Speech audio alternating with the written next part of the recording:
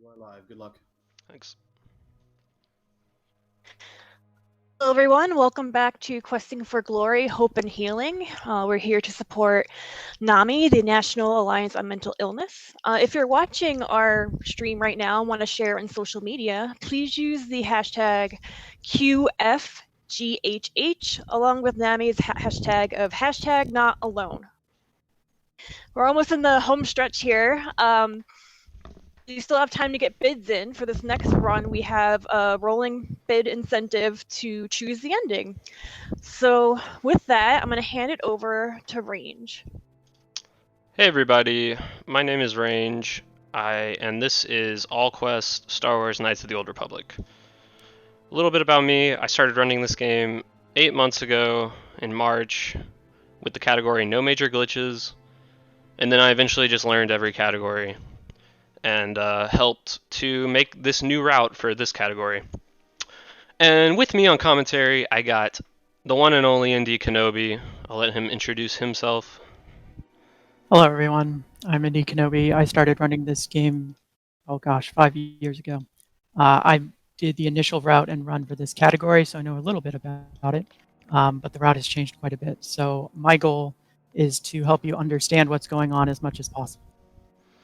Yeah, and Indy actually got his first All Quest PB in 4 years this week. Way to go, Indy. True. That's true. Yeah, and that's basically it. We'll get started now. So for this build that we're going to be using the Scoundrel class because it gets a feat called Sneak Attack. And that allows us to do critical damage if we attack from behind with force jumps or if the enemy is incapacitated. So we're going to be doing crazy critical strike sneak attacks for a stupid amount of damage at the very beginning of the run because of another glitch we're going to do. Actually, yeah, this is good. This is the Shoal model. What should I name it? I'll name it Questing for Glory. Alright, so if we're ready, I'll do a countdown from 5. 5, 4, 3, 2, 1, go. So right at the beginning of the run, we're going to do one of the main glitches, which is called buffering. So there's a cutscene that plays there.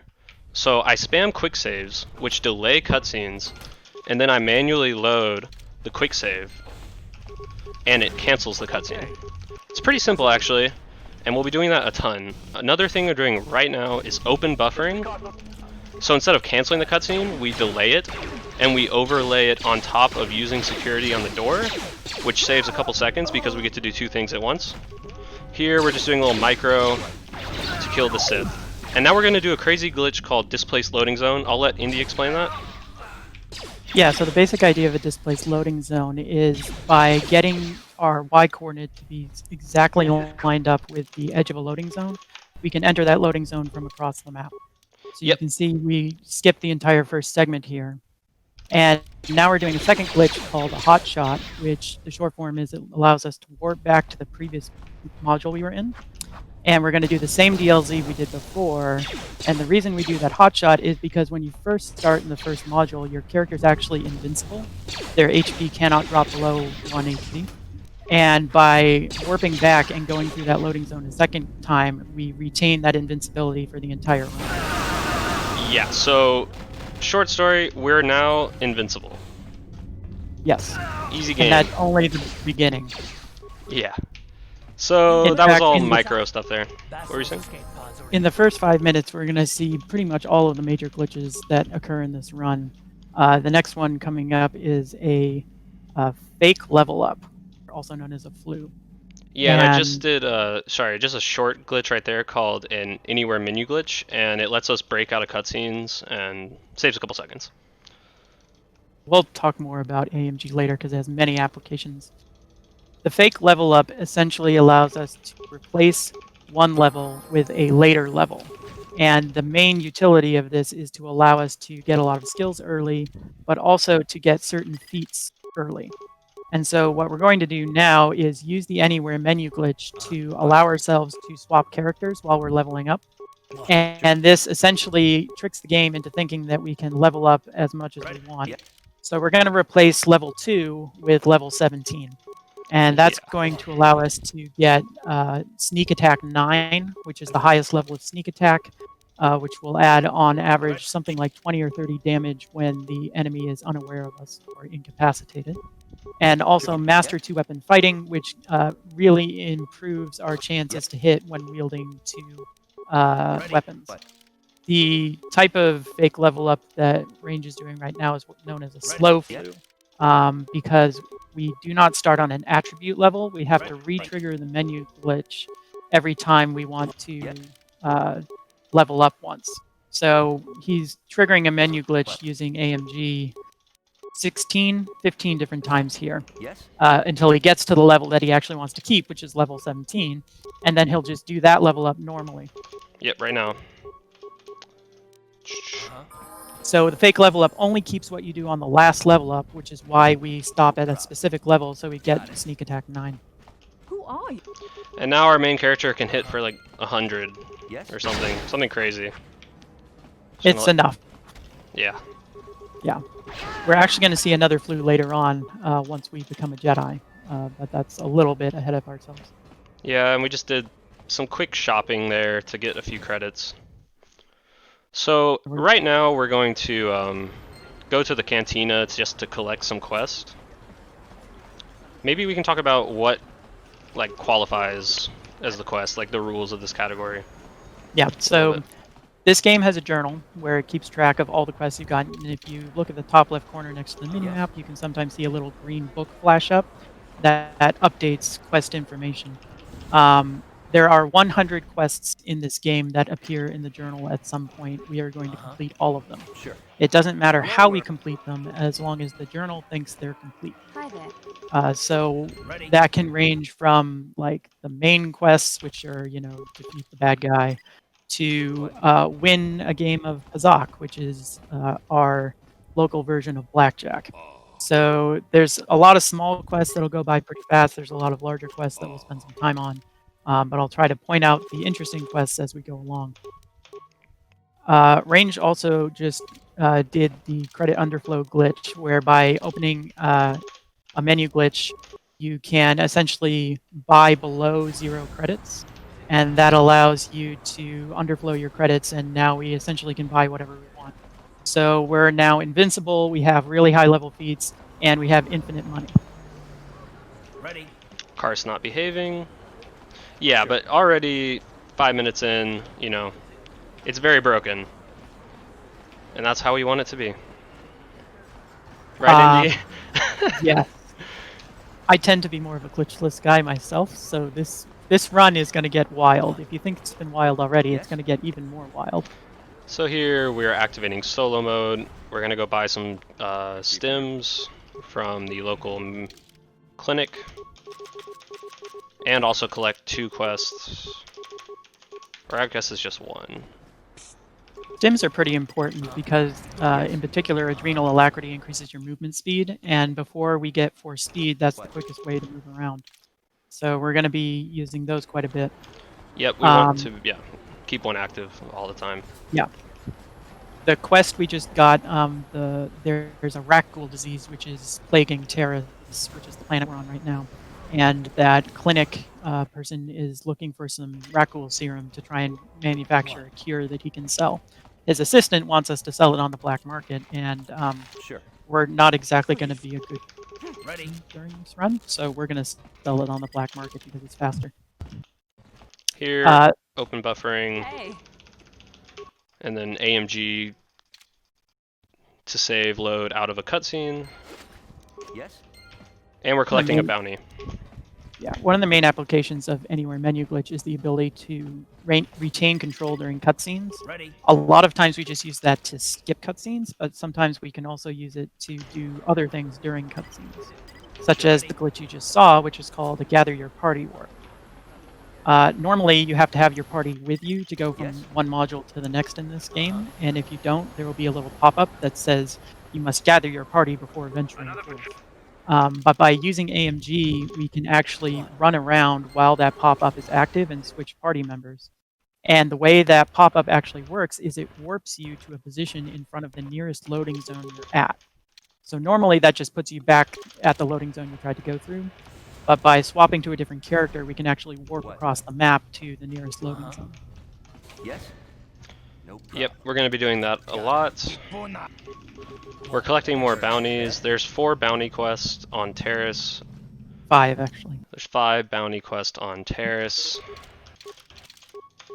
One of those- them doesn't feel like a bounty quest because Oh, yeah. there's a whole other quest involved with it. But yeah, there's 11 quests on Taris, I believe, and 5 of them are bounty quests. So we periodically make saves in various locations because we can do a glitch called a hotshot, which is an application of the Anywhere menu glitch, and it allows us to exchange the coordinate data between 2 save files, which means we can take our current game and hotshot it, like the term, to the previous save file, and it will just put our current game in the location of the previous game, which is very useful. Gonna make another save. Right now we're collecting the main quest for Taris, which is infiltrating the Volker base. You could do this 2 ways, but we do it this way because we have to go to the sewers anyway. And now we're gonna collect 1 more bounty and go to the Undercity. We speed through every section of Taris. Like, we already finished with the upper city. We're almost done with the lower city. Adding Karth, taking off the Sith armor. We need the Sith armor later, so you have to actually keep an eye on it because there's a quest that will take it from you, What? Yes? and you want to avoid that. There's a way to avoid having them take it from you, but Yeah, the game really doesn't want you to have the Sith armor. It's a type of armor classified as a disguise, and there are 4 disguises in the game, and we're going to essentially need the Sith armor to take the place of a different disguise later on. What? One thing about the hotshot glitch that Range mentioned is it makes file management pretty important because you are juggling at one point 7 different save files for different places you want to be able to warp back to. And so it's very important to make sure you don't accidentally overwrite a save to some place you want to warp back to. yep. So we got some papers from the hidden Becks that are going to let us enter the Undercity because the Sith control this planet, and they wouldn't let anyone normally enter it. But we got authorization papers, so we're good to go. We just buffered a cutscene. Now we're about to go wrap up some quests over here. Wait. So there's like quests where you can save people or you can just kill them. And since we're speedrunners, we choose to just kill them because it's faster. And the good thing about this game is that Please. you don't even have to kill them. You can just trigger the combat and then run away, and it completes the quest. That's not the case in every quest at all, but that happens a couple times where we just exploit the fact that, you know, our rules, we just have to complete it in the journal, and certain triggers complete stuff in the journal, even if it's just, you know, threatening people or whatever. Yeah, so the Undercity here is, there's a fair amount of side quests here that we have to do. In particular, there's 3 journals we have to collect to show these outcasts the way to the Promised Land. We have to pick up our Rakul serum here. We can sell it on the black market later. We have to get past a rank 4, which we will do in a very hilarious way. And we also have to get into the Volkar base through the sewers. So there's a lot we're going to be doing here. Any percent runs don't come here at all. They managed to skip this entire area because they don't need to do anything here. Yep. Sure. But no major glitches, glitchless, and this category all come down to the sewers. I've gotten good at consistently skipping that cutscene trigger, so I don't even have to buffer it. Yeah, so to say a little bit about buffering, the reason buffering works is every time you quick save, there's a little fade in that happens. And the fade in, during the fade in, no cutscenes can trigger. So we can, by holding the mouse buttons down, move forward during a fade in to walk into a cutscene trigger. Ready? And then that also allows us to then load the save to cancel it. However, you also move a little bit forward every time you quick save. And so that leads to what we call save teleports, and we'll see many more of those later. But it's also possible if you like move forward the exact right amount to just completely skip over a trigger rather than walking into it and canceling. Yep, so now we're collecting the journals in the sewers.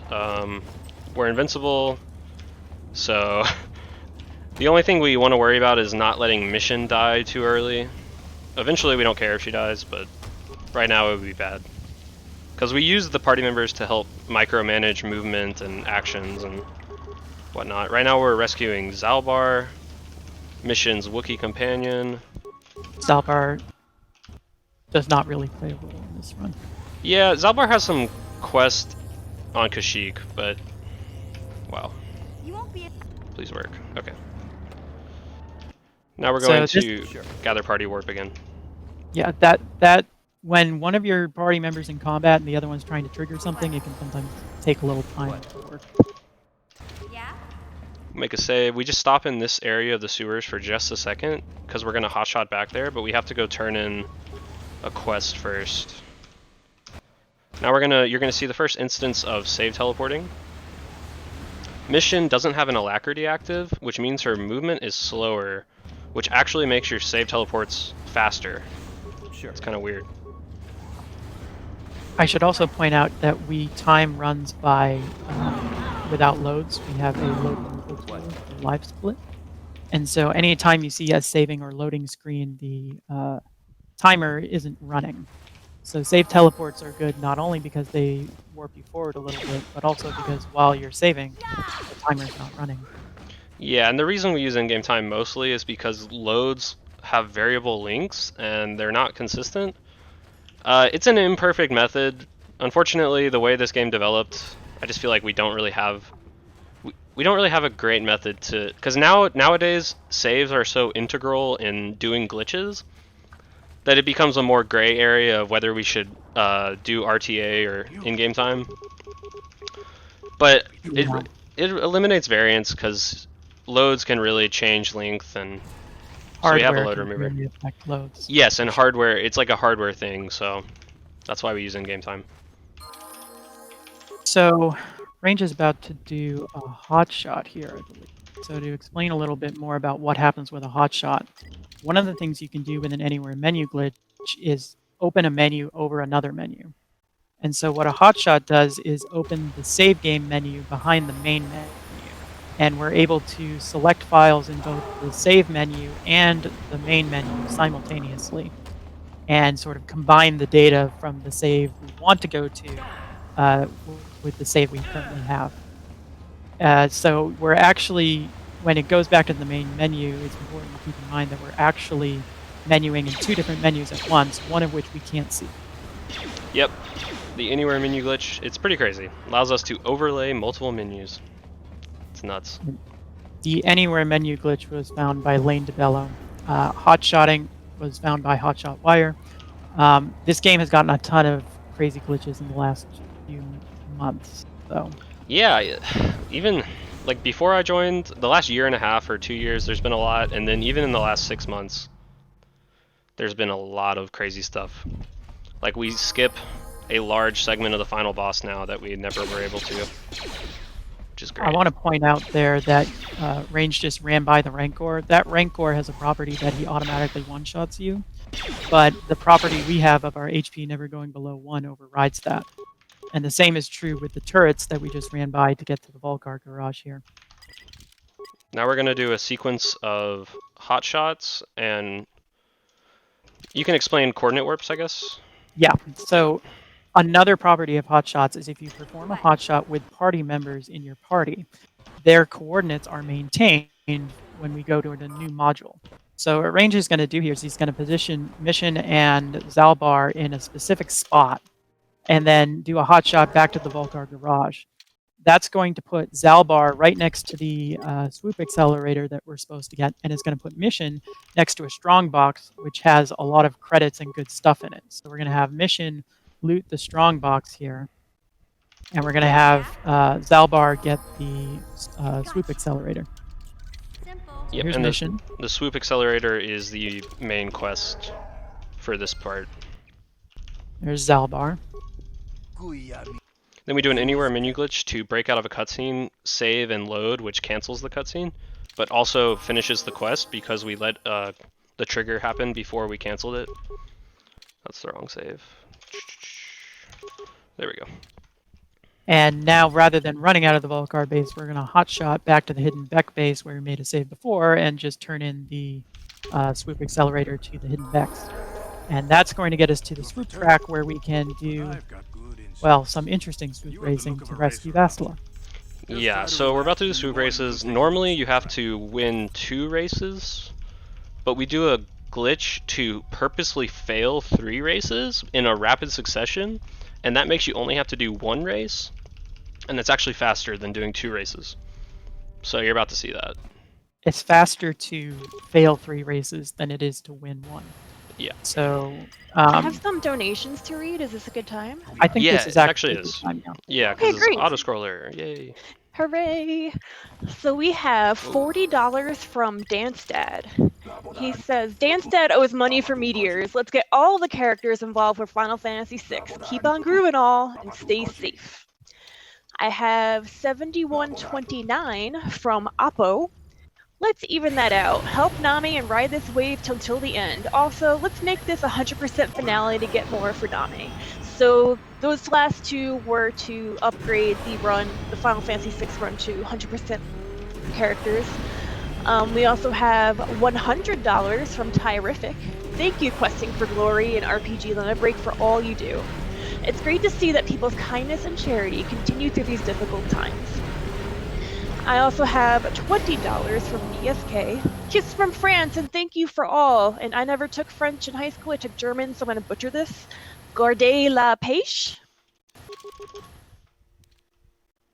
Nice. Thank you so much for your donations. So we used a well-timed save buffer here to skip the big fight with Brejik. It turns out you can just go talk to Bastila in her cage and you skip it. She even loots her Brejik's non-existent corpse, so you still get her lightsaber and all of Brejik's stuff. And now we gotta talk to our party members for a bit, just to progress quest. Each party member has their own quest. Some have multiple quests, but most of them have conversation quests where you have to talk to them multiple times to keep hearing their backstory. And now I'm doing a glitch called an inventory dupe, which is pretty self-explanatory. It allows us to dupe our entire inventory, so all those goodies we got from mission looting the lockbox in the Volker garage, we just now tripled them all, so we're gonna have a lot of money. We multiplied our inventory by 3, and a little later we'll multiply our inventory My game again. crashed. So that's a good way for me to talk about memory leaks. I think I got This autosave. game is excellently programmed and leaks a little memory every time you save. As you may have noticed, we've been saving quite a bit. So as we're running, we generally keep Task Manager open so we can keep an eye on how much memory our run is using. And when it gets to a certain point, we essentially want to reset our game right before we get to the point where it crashes. But it can be pretty difficult to keep that in mind while we're doing all these glitches as well. Yep. So we didn't lose very much there. That was good. Yeah, that's a good place to crash. There are Yeah. good places to crash and bad places to crash. There are definitely some bad places to crash, and that's going to remind me to keep a good eye on that.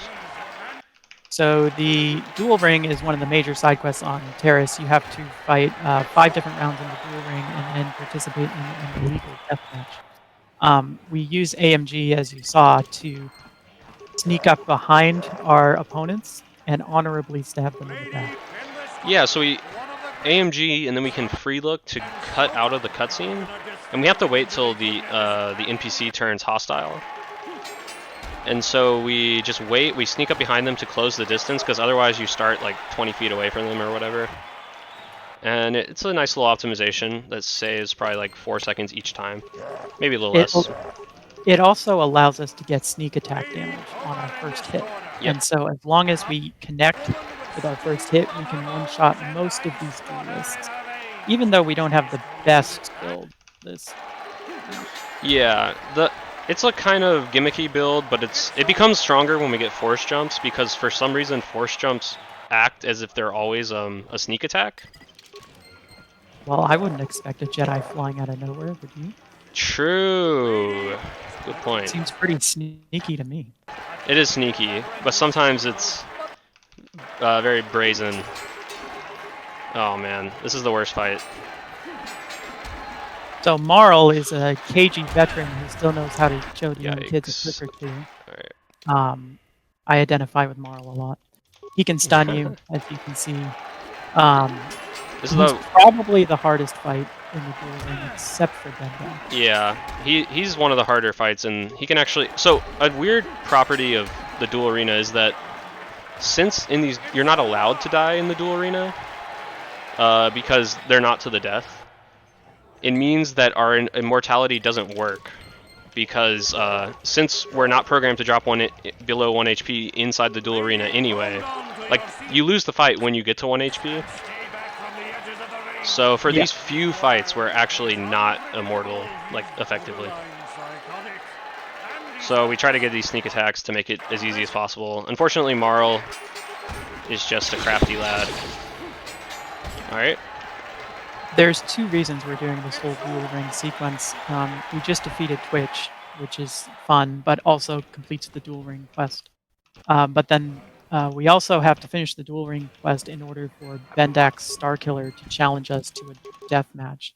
And Bendak is the final bounty we have to complete on Taris. And so Range is going to do a hot shot here.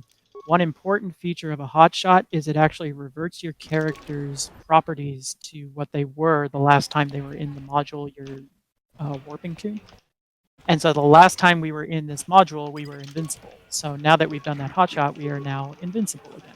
Yeah, and since this fight is to the death, the min HP, the like thing that makes our HP not be able to drop below 1, it works again. This fight is really slow, unfortunately. I don't have a good way to do it yet. This is really dependent on whether you get good sneak attack damage on the first round. Yeah, and he always turns around much quicker than the other NPCs, so... no, if you have more donations or anything, now is good, also. Sure, we have $30 from Clint. No comment, but that goes towards upgrading the Final Fantasy VI run to 100%. I want to remind everybody that this current run has Rolling Good War for the end. You can choose between the dark side ending or the light side ending.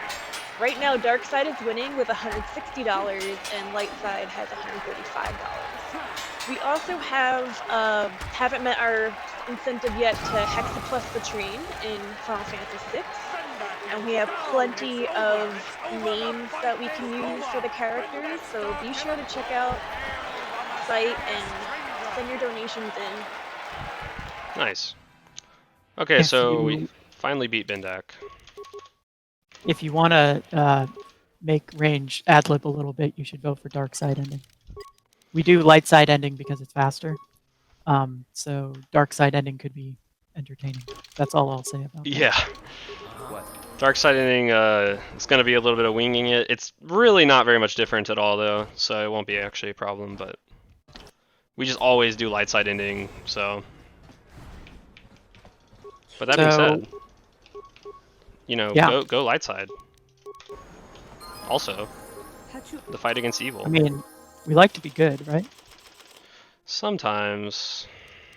So here we're just... Yeah, you can talk about this. We're selling all the stuff that we duplicated earlier to get enough credits to do everything we need. We were negative, but we want to go back positive because there's certain things you can't do with negative credits, such as pay for swoop races or things like that.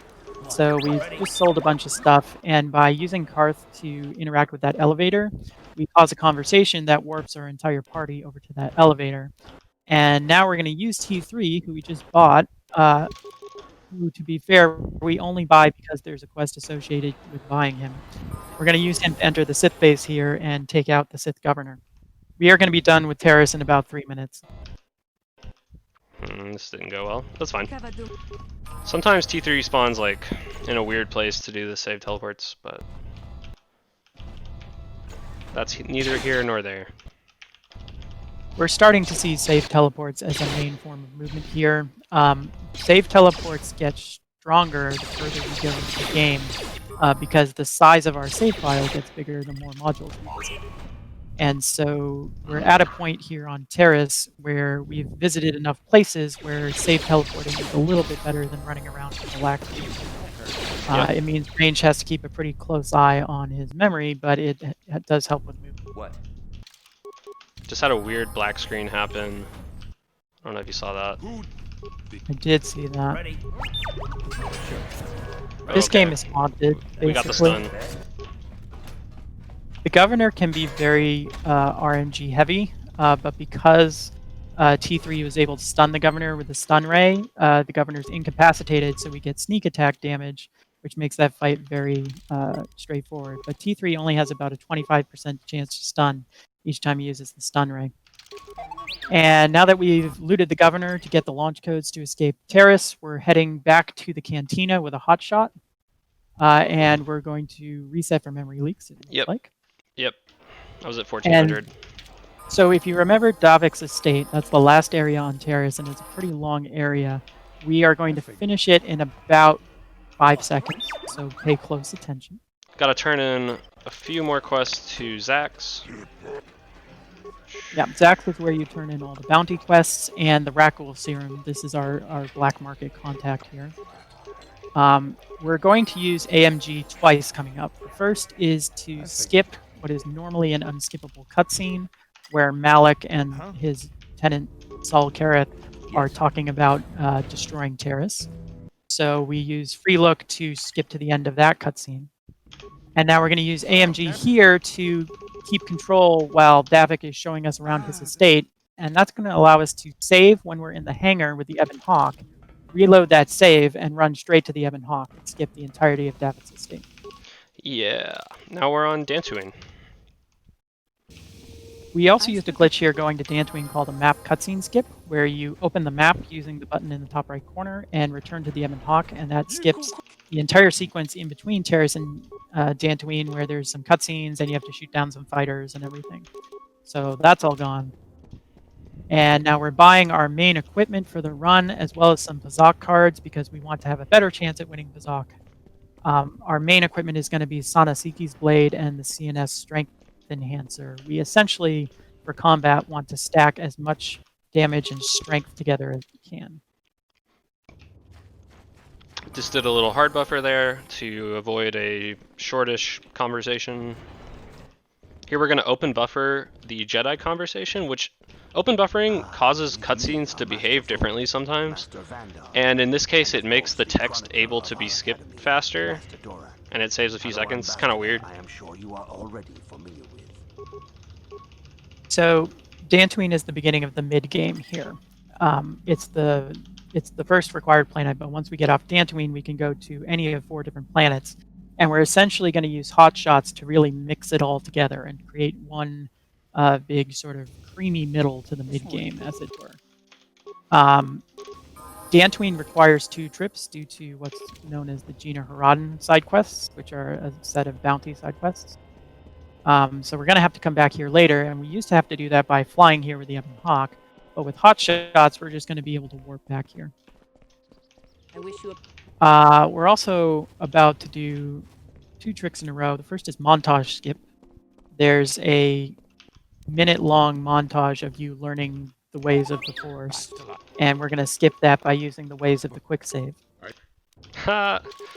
Yeah, we just buffer this minute-long cutscene.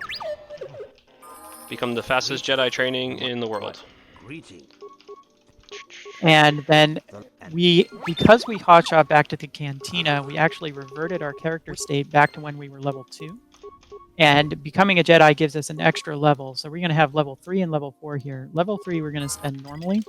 Level 4, we're going to do another fake level up. But because we're starting on an attribute level, we can do what's known as a fast flu, which does not require a new menu glitch for each level. Instead, we can just level up to the level we want to get to. And the way we can signal to the game to stop is by picking a different attribute point than we picked the first time we started. So it looks like Range started with a charisma attribute point, and we're going to finish with a strength attribute point on our last level. Here we're replacing level 4 with level 20. We're going to get Master Force Speed, and we're going to get Master Flurry as well. And that'll be the entire build for the entire run. We're actually good to go now. because we get some really high level stuff at level We're also 4. going to take all the skill points we learned and dump them into Persuade, so now we're a really persuasive, really overpowered Jedi. Yeah, the Persuade is actually huge because on certain planets, it's just so much easier to do quests by having high Persuade.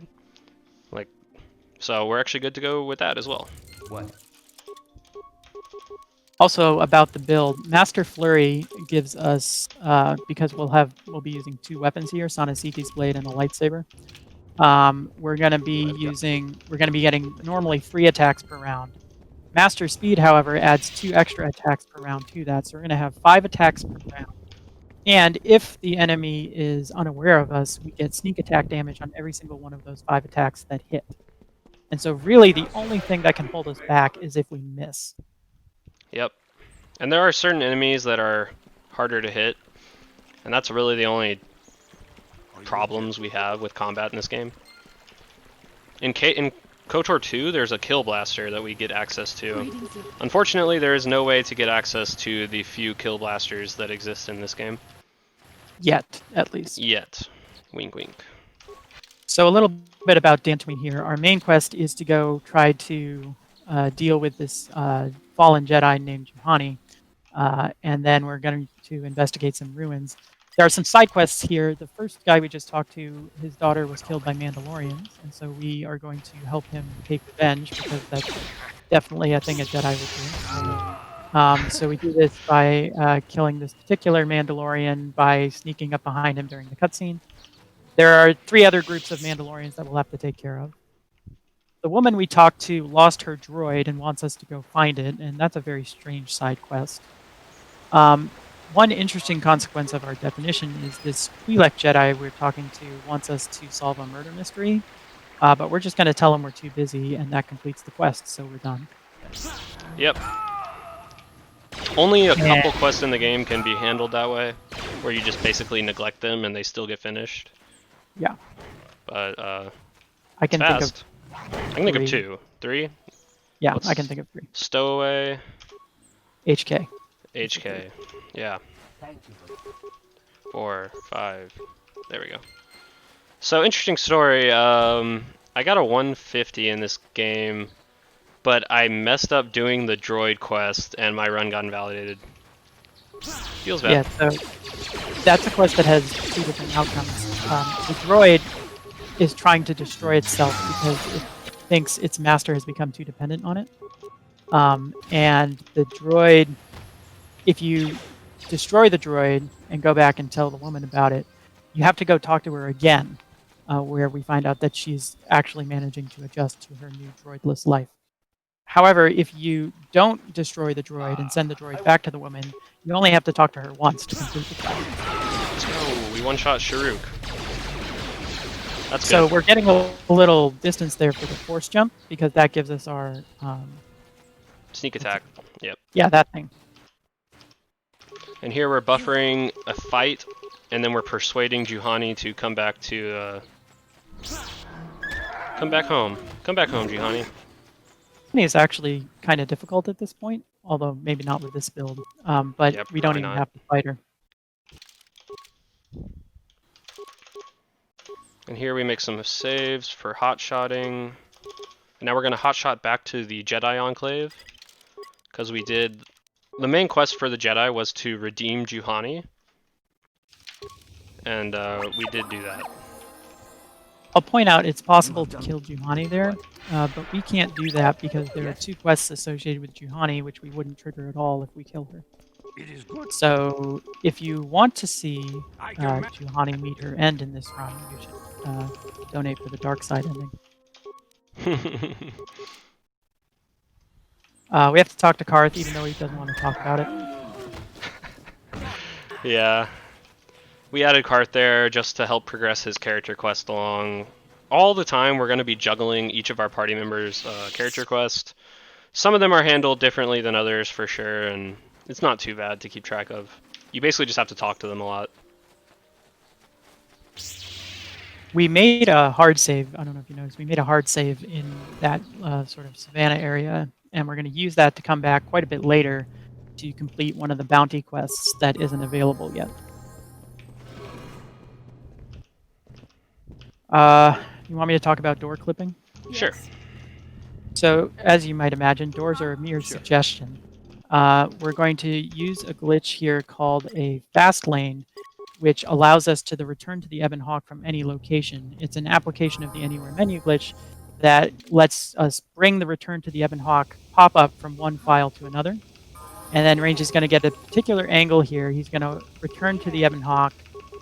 He has to talk to Mission a little bit here, although that's not part of the door clipping. That's just for Mission's help? quest. And when we transit back, How if can he I got the right angle, one of our party How can I members is help? going to spawn on the other side of the door. I forgot I don't need to talk to Bastila there, What can I actually. do? Huh? But that's okay. Bastila doesn't want to talk until after we find the star map. Speaking of star maps, the main quest of this game is to find the 5 star maps that show the location of the Star Forge. We just found the first one. Found the first There one, are- and now we're going to hotshot back to the Enclave. Yeah, rather than walking back, because walking is just so inefficient, really. Yeah. Now we're going to buffer a cutscene that pulls all of our party members, which we don't want. We want our party members to stay down here, because we're going to turn in the quest with our party members. And we will summon you. And then we're going to use Bastila again to interact with a trigger near the Ebon Hawk that will warp our entire party back to us. So it's a little tricky sequence. So this character here has a trigger that effectively warps our entire party back to the Ebon Hawk. And it's a very fast way to return. Yeah? Sure. Gotta talk to Bastila a little bit now. It's neat movement tech, really. Yeah. So we're talking to Bastila to advance her quest. We need to advance Basila's quest to a certain point before we go to our next planet, which will be Tatooine, because we can then trigger her side quest, which is dealing with her mother. Yep. Many of our party members have family entanglements that we're going to have to help them unentangle, and Yes. Bastila's mother is the first one. Yes. Was I have a few more donations to read. Yeah, Go go ahead. ahead. Great. I have How can I help? $5 from Dark Helmet. How can I help? They say Lone Star. How can I help? $20 from Charmant. More FF6. They were both going towards upgrading Final Fantasy VI run to 100%. I also have $50 from Night Flyer. No comment, but that gets us a little bit closer to our $1,500 goal to Hexaplus to train. So we have $283.04 currently. We need $1,500 to meet it. And we also still have Dark Side Ending is still in the lead. So if you want to get your bids in, you want to choose Light Side Ending, now is the time to do it. Thank you so much for your donations. Thank you. I will say, light side ending, we save Juhani. So if you like Juhani, you should go for light side ending. And if you like going fast, you should go for light side ending. Yep. Alright, So- so yeah, we just triggered Bastila's quest. We had to do a little shopping. We bought a quest item, some bantha fodder. And that's all for that. We're about to buffer another dialogue cutscene that we want to skip entirely. So a lot happens on Tatooine, which you Can I know help if you? you're a fan of the Star Wars universe. That's also true in this game. As I We're going to have to make 3 different visits to Tatooine. There's a lot of side quests involved with the Sand People. Yes. There's some swoop racing we have to do. And the final Gina Haradan showdown happens on Tatooine as well. Sure. So there's sort of a couple different route options you can do. You can either take 3 trips to Tatooine and 1 trip to Korriban, or 2 trips each. So it's a little bit better to do 3 trips to Tatooine. Yeah, Tatooine's one of those planets we have to revisit a ton of times. We just skipped a fight with 3 Dark Jedi. They're a nuisance because they can use all their force powers and whatnot. We gotta wait for Bastila. Sometimes she doesn't behave at all. What is she doing? Yes. Why is she just standing there? Sure. It's also time for Pazaak. So Pazaak is one of the largest sources of randomness in the game. It's a quest to win 1 game of Pazaak. And Pazaak is essentially a variant of blackjack. We want to get as close as we can to 20 without going over. We have to win the best 3 out of 5 rounds with our opponent.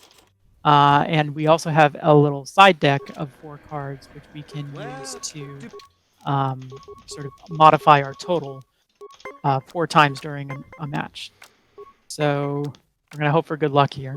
So we're trying to get 20 instead of 21. Yeah, 20, not 21. Wow, he hit a nat 20 without using a card. That's pretty bad. The main deck cards range from 1 to 10, and there's essentially a 10% chance of getting each card you're dealt. That's really bad luck. This can sometimes take a while. Yeah, ideally you grind to here, and this is definitely a reset point, because you don't want to lose minutes to this at all. Ideally you want to just grind for a really lucky run that takes a minute or 30 seconds. Yikes, man. I don't even know if I So- should have used that. I should have just ate the loss, maybe. It's actually possible to do Pazaak Ooh. as soon as you buy the Pazaak deck, which is in the first 5 minutes of the run. But if you do it there, you Wow. don't have any good cards. And so, theoretically at least, by delaying it to Tatooine, we have a better chance of winning. But our opponent is not cooperating.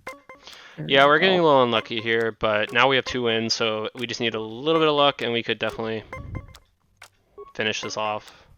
Please don't go over. Please 19. Oh my god. Alright. Now we're on the ropes. This is bad. We need a lot of luck. I don't have a card to use anymore. Oh god. There's no way I can win if I stay on 16. Oh my god. Okay, let's go. No! Would you like to have another? We have to play again. Jesus. Yep, that's Pazaak. I guess I'm just gonna stay on 18 and not use a card. This is where I talk Let's about the Pazaak 100% category, where the goal is to completely defeat every Pazaak player in the game, of which there are 11.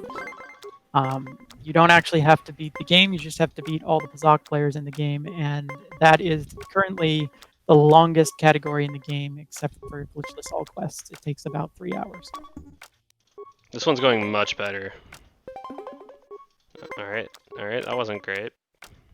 Pazaak is actually fun to play casually, but when you're speedrunning, it has all the elements of randomness that you don't want Would to you see. like to have? Yeah, alright, that was good.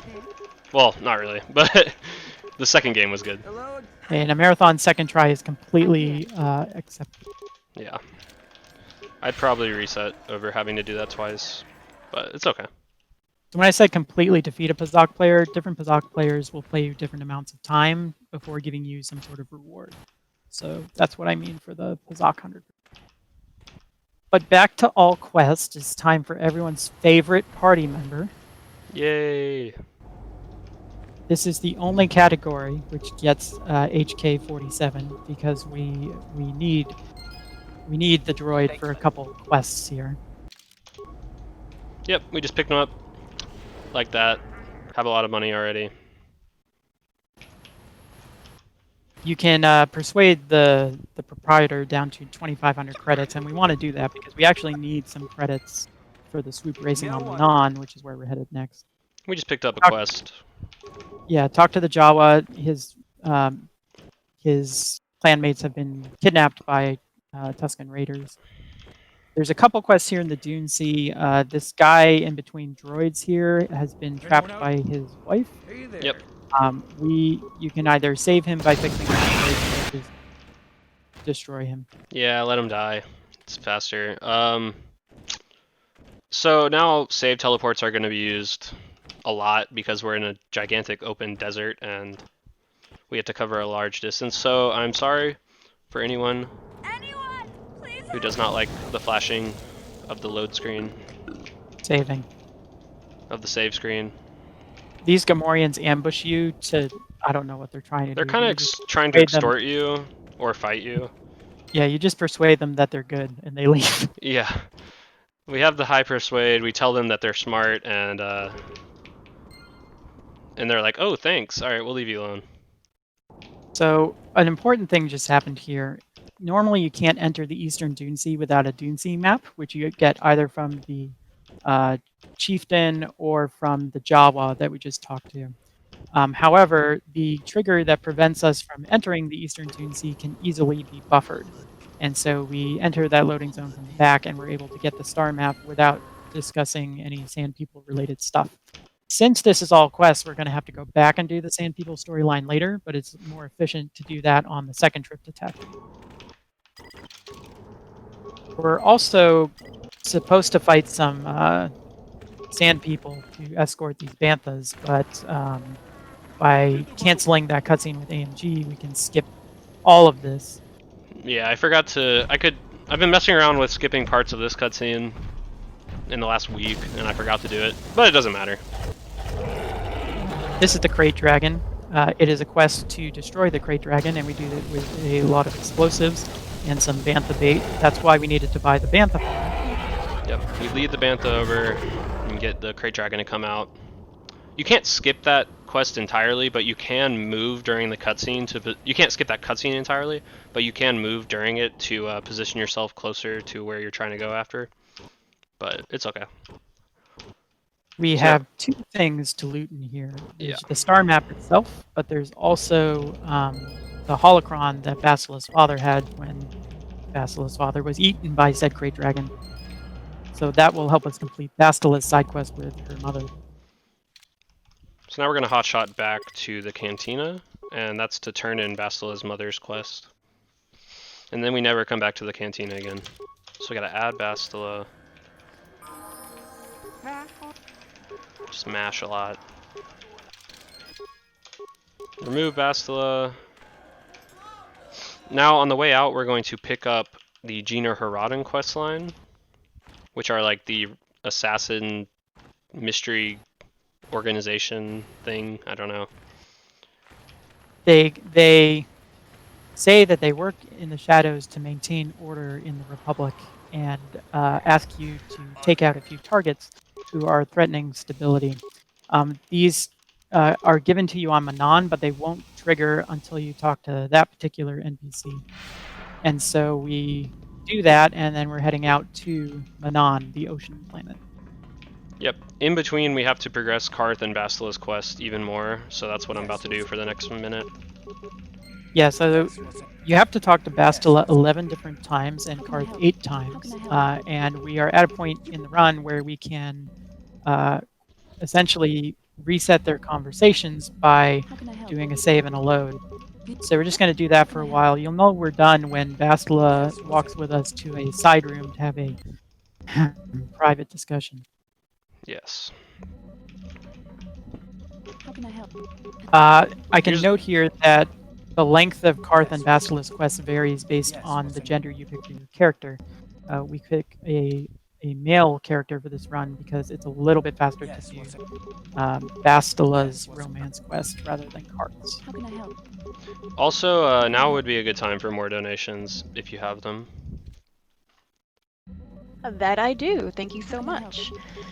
We have $25 from Hooray Yogurt.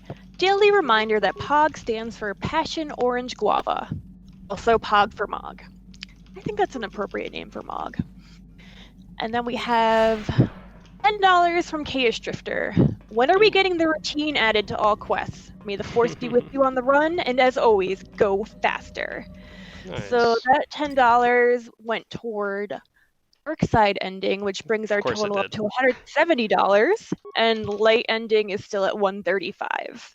Nice. Yeah, Chaos Drifter is the any % world record holder in this game at the moment. Oh, nice. So, yep. What's up, Chaos? The routine is a glitch, which I shouldn't say glitch. It's a series of glitches that essentially allows us to do star maps in any %. So we only have to visit one planet in any % now? Oh, I missed this buffer. It's okay. It's very short. Yeah, what do you... Oh, We can't do the routine in all quests because there's a quest associated with each individual star map. Yeah. So here's Karth's quest triggering the next point where his ex-military friend tells him that his son is studying with the Sith on Korriban. His thought to be dead son. Mm-hmm. We're buying a lot of hyperstims here because they give us a big boost to our combat abilities for the few times we need to do combat. And we're going to use an inventory dupe a little later on. to duplicate those stims we bought. And here we sell the Gizka who got on our ship to this Selkath. The trouble with Gizka, isn't that like a direct Star Trek reference? No. I don't I think know. it is. This is a The Star name Wars. of this quest. I know, but the name of this quest, The Trouble with Gizka. I'm pretty sure that's it. There's like a Star Trek quest where... And Star we Trek said episode. sell, but the reality is we give them away for free because they're such a nuisance. Yeah. You could persuade him, I think, to actually buy them, right? Like for a tiny but amount. There's I no don't- point. Yeah. We don't even need the money. Gizka are great, by the way. If you play this game, you will love Gizka. You can pet the Gizka in this game. They're very cute. We're setting up a few different hard saves here so that we can hotshot back here later. Manaan, because of Hulas up here, is a planet we have to revisit. So we'll be hotshotting back here quite later on in the game to sort of finish things up before we go to the end game. Welcome to. Yeah, we're just picking up various quests here. We're about to assassinate this Sith terrorist guy. Or he's an anti-Republic terrorist. Yeah, Lorgul. because the guy who gives us the quest is named Hulas, I like to call each of his targets a Hulas hoop that you have to jump through. Nice. So that's our first Hulas hoop. Now we're gonna make a save to come back here much later on.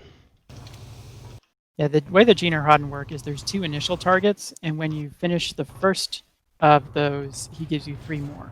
So you have to do all 5 total. The first one is very convenient, so we do that one, go back and trigger the last 3, and now we'll just have to pick off the other 4 targets as we go to our different planets. Another type of buffering that we actually didn't mention is called soft buffering. So force powers can cancel cutscenes, so if you quick save into a cutscene trigger and then use a force power, it will also cancel the cutscene. Depending on the cutscene and what variables are attached to it, you may have to hard buffer in some instances. Like soft buffering doesn't always work, so it's just a variable thing. So if you've been keeping track, so far there have been 3 kinds of buffering. Hard buffering, where we hard load the save.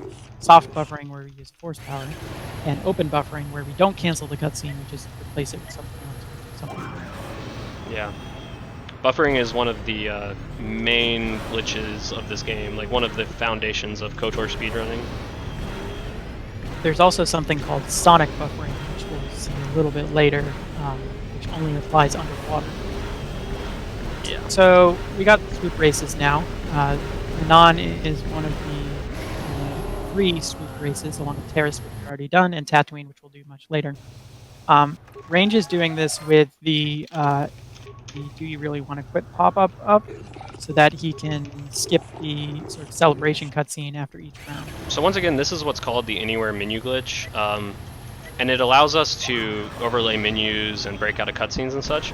So if I carry it all the way through this swoop race, I can use it at the end to cancel this like 10-second celebration cutscene. And also, the way you do an anywhere menu glitch is by Alt F4ing during a save or a load. So when you Alt F4 in this game, it doesn't cancel the program, it just brings up a pop-up, and if you do it normally, it pauses the game, but if you do it during a quick save or a quick load, you can carry it with you with the game unpaused. And that has a ton of applications, like a lot of the stuff we've been talking about. Anyway, so that was 2 swoop races, we got 1 more. If there's more donations, now's a good time. None right just yet, but Cool. you know, I can recap. We still have 170 for dark side ending and 135 for light side ending. So you still have plenty of time to get your bids in to choose the ending for this run. Go like that. We are also trying to meet Hexaplus the train for Final Fantasy VI run, and we need a goal of $1,500. Right now we have $283.04. We have multiple characters that you can name, and there's an incentive to use shock on Kashyyyk, so that's a $750 incentive goal. So right now we have $37.22. It's always fun when Leo uses shock on Kashyyyk. And for those that just joined us, This is Quest for Glory, Hope, and Healing, supporting NAMI, the National Alliance on Mental Illness, the nation's largest grassroots mental health organization whose work is focused around 3 pillars: education and support, awareness, advocacy. What does that mean? Well, for awareness, NAMI participates in nationwide awareness opportunities like Mental Health Month, Suicide Prevention Month, and Mental Illness Awareness Week. NAMI has partnerships with a wide range of companies and organizations, for example, Fox Sports and Google, that NAMI uses to get their name and mission in front of new audiences. And we do have a hashtag going if you're on social media, hashtag QFGGHH, and NAMI's hashtag is hashtag not alone. Nice, thank you. So I actually failed one of the swoop races, which was unfortunate, I by wasn't going like to call you out on that. by like 15 milliseconds or something. Like, it's kind of annoying. Yeah, but so that's okay. if you haven't played the game before, the way swoop races work is there's 3 tiers, and for each tier you have to beat an increasingly more difficult time. And the last times are relatively tight, depending on how much you practice the races. Yeah, that one's pretty finicky. If you boost too early at the very beginning, you won't be able to beat it, and if you boost too late, and yeah, I just messed it up a little bit. So we've been setting up for some side quests here. We talked to some people who gave us some quests. We're going to take out our second hula hoop here. His name Itharak. Itharak is actually a bit of a pain because he has really high defense. But looks like we're gonna try and just keep him to stun and get sneak attack damage. I don't know why it's not working. I can't use the stun ray on him. Oh well. It happened to me yesterday. Like, for some reason, pressing 2 doesn't work for me. Weird. Alright, well, we're doing good work on him anyway. He hasn't faced our opponents in forever, or our party members.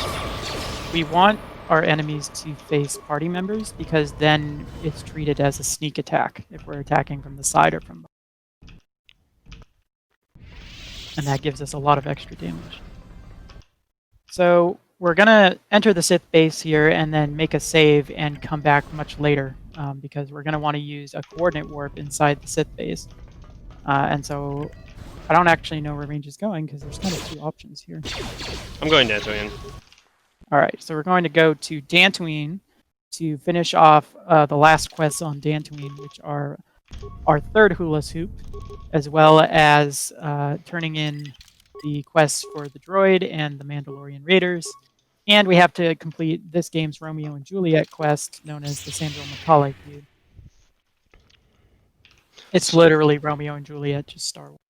So the use of hotshots really allows us to open up the game and get anywhere very quickly. Because otherwise you have to go back to your ship, you have to fly, there's a ton of animation, there's a ton of time. So hotshots were a huge discovery.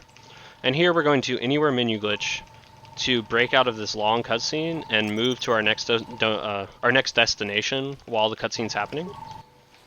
And the reason we want to do this is because this cutscene, the quest variable, doesn't update until the very end.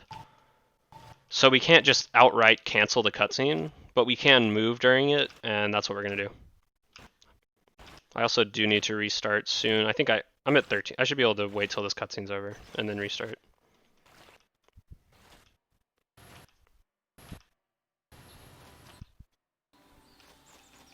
Let's wait now. A couple things I should mention about hotshots.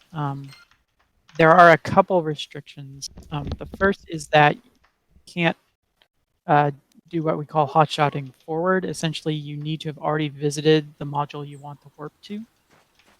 So that's why we sometimes do things like duck into an area, make a save, and leave. Also, we have to be able to warp to a module whose data is in our save. And at certain points in the game tries to optimize its save usage by deleting data it no longer needs. So for instance, when we left Taris, we lost all our data for Taris, so we can't like warp back to Taris here.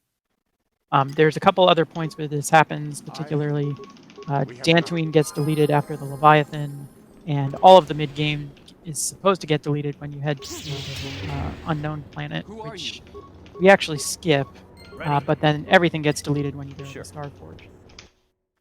So there are some restrictions, but it's also really flexible and lets us really open up the routing in the mid-game here. What are you doing? And now we're going to leave Karth next to Shin so we can switch back to him and finish this Romeo and Juliet quest very quickly. Also, we did some glitches to skip out of cutscenes that allow us to access areas of that building that we wouldn't be able to as easily. Because the head of the estate, when we talk to him, he goes back and he locks the door, but if you cancel the cutscene, it leaves the door unlocked, and yeah. Again. We will remember you always. We will remember you always. Now we're going to take out Karth and save teleport to turn in the other Dantooine quest, and then we are done with Dantooine for the rest of the game. Say goodbye, Dantooine. Yeah, also Dantooine gets bombed by the Sith. Yeah, it's kind of. But we don't really see that because we skip like every cutscene. It happens off screen. Yeah. It happens off screen even if you're playing casually, really. Yeah, that's true. They It's actually possible with glitches to return to Dantooine even after it's been destroyed. And oh, sorry. I didn't know that. Have you found them? we're turning in the last couple quests here, and then we're heading out. Now we're going to the Dune Sea.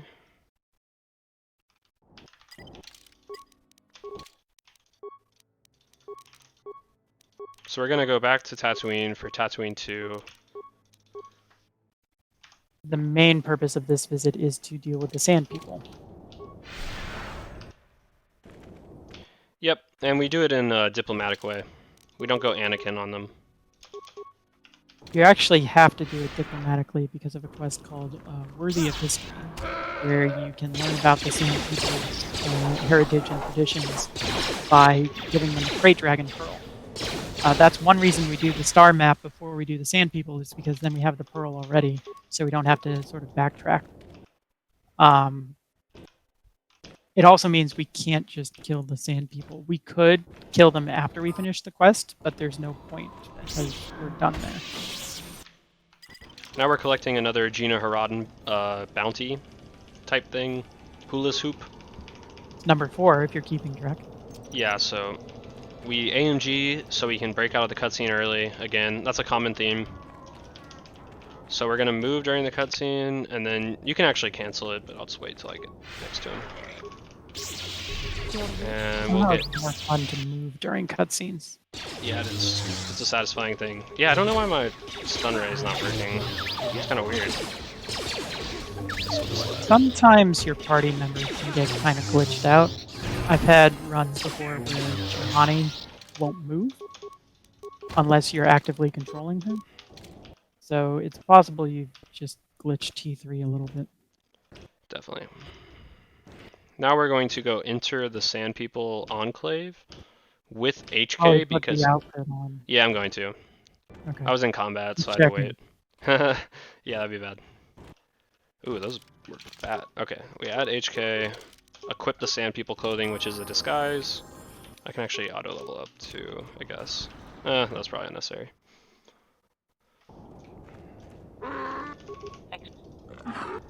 So we agreed to get moisture vaporizers for him. So we're gonna hotshot to the Tatooine Circa office. So the Circa office were actually the ones who asked us to handle the Sand People. But they're, you know, pretty evil generally, so they're more likely to just want us to kill them. I mean, they are down for the diplomacy, but... They just want them to not be an issue anymore. Yeah. Now we're going to hotshot back to the Sand People Enclave. Well, really we're going to the territory, but it's right outside the Enclave. Then we The hotshot remembers the last place you were in the module. So since we left the module next to the Sand People Enclave, we return there next to the Sand People Enclave. So we give them the Crate Dragon Pearl, and that's all you have to do, and then you can leave. But they also agreed to release their hostages. So the Jawa that we talked to a long time ago asked us to free his brothers and sisters, and this is that's Mission's brother, Griff. Yep. So we rescue Mission's brother, we rescue the Jawas, and then we can leave this place. Griff is sort of your classic con man who's bad at cons. Yeah. He's a scoundrel, but he's not totally- good at it. Yeah. So we're gonna go to he's- the docking bay real fast to trigger Mission's quest more. For some reason, if you do it like that, it makes Mission have no clothes on, which I don't really understand, but Yeah. maybe That it's is because she was actually- sleeping on the Ebon Hawk or something. It actually happens. Like, even if you just return there normally, it happens. Oh, also, these non-hostile enemies are trying to attack me because of this weird glitch called wire targeting that we don't really need to explain. We'll talk about wire targeting when it comes up later. Yeah. So we're setting up for another coordinate warp here. We're going to return to the Sith base on Manaan, and so we have to position Zalbar and Karth here in very specific locations. We're going to try and warp Karth next to the droid, which has the data module that the Republic wants us to recover. And we're going to try and put Zalbar next to some Selkath that we have to talk to for a side quest. Yeah, so if you remember, we made this save in the Sith base and then we left. So we're finally returning. We're going to be Karth. He's right next to the droid that we need for the Republic. Zalbar is here. And this is another quest where you can just threaten them. And it completes the quest enough to turn it in. And then we're going to hotshot out of the Sith base to Auto East Central. So normally that Sith base, there's a lot of sort of maneuvering. There's some puzzles you have to solve to get to the back half of the base where the Selkath are. It takes a long time, but that double coordinate warp really makes it a lot quicker. Yeah, that was a great find. It probably saves upwards of a minute even.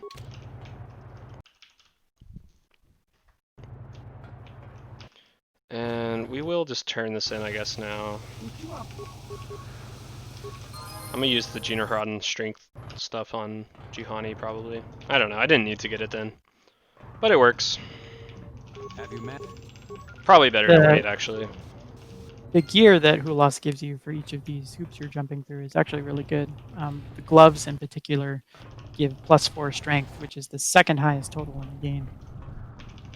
So I'm gonna need to reset my game again soon because of the memory heap. Not quite yet, but very soon. Here we're buffering a short conversation. So there's no side quest down here. We're just going to try and find the star map and make our way out. If you have played this game casually, you remember that walking underwater with the scuba suit is very slow. And we don't want to go slow. That would not be fun. So we're going to use a glitch to essentially unequip the scuba suit underwater, and that will allow us to move at normal speed, because that's how things work, right? Yeah, it's a great glitch. It saves so much time because the scuba suit is so slow. We have to pick it up anyway, because you can't exit into the water if you don't.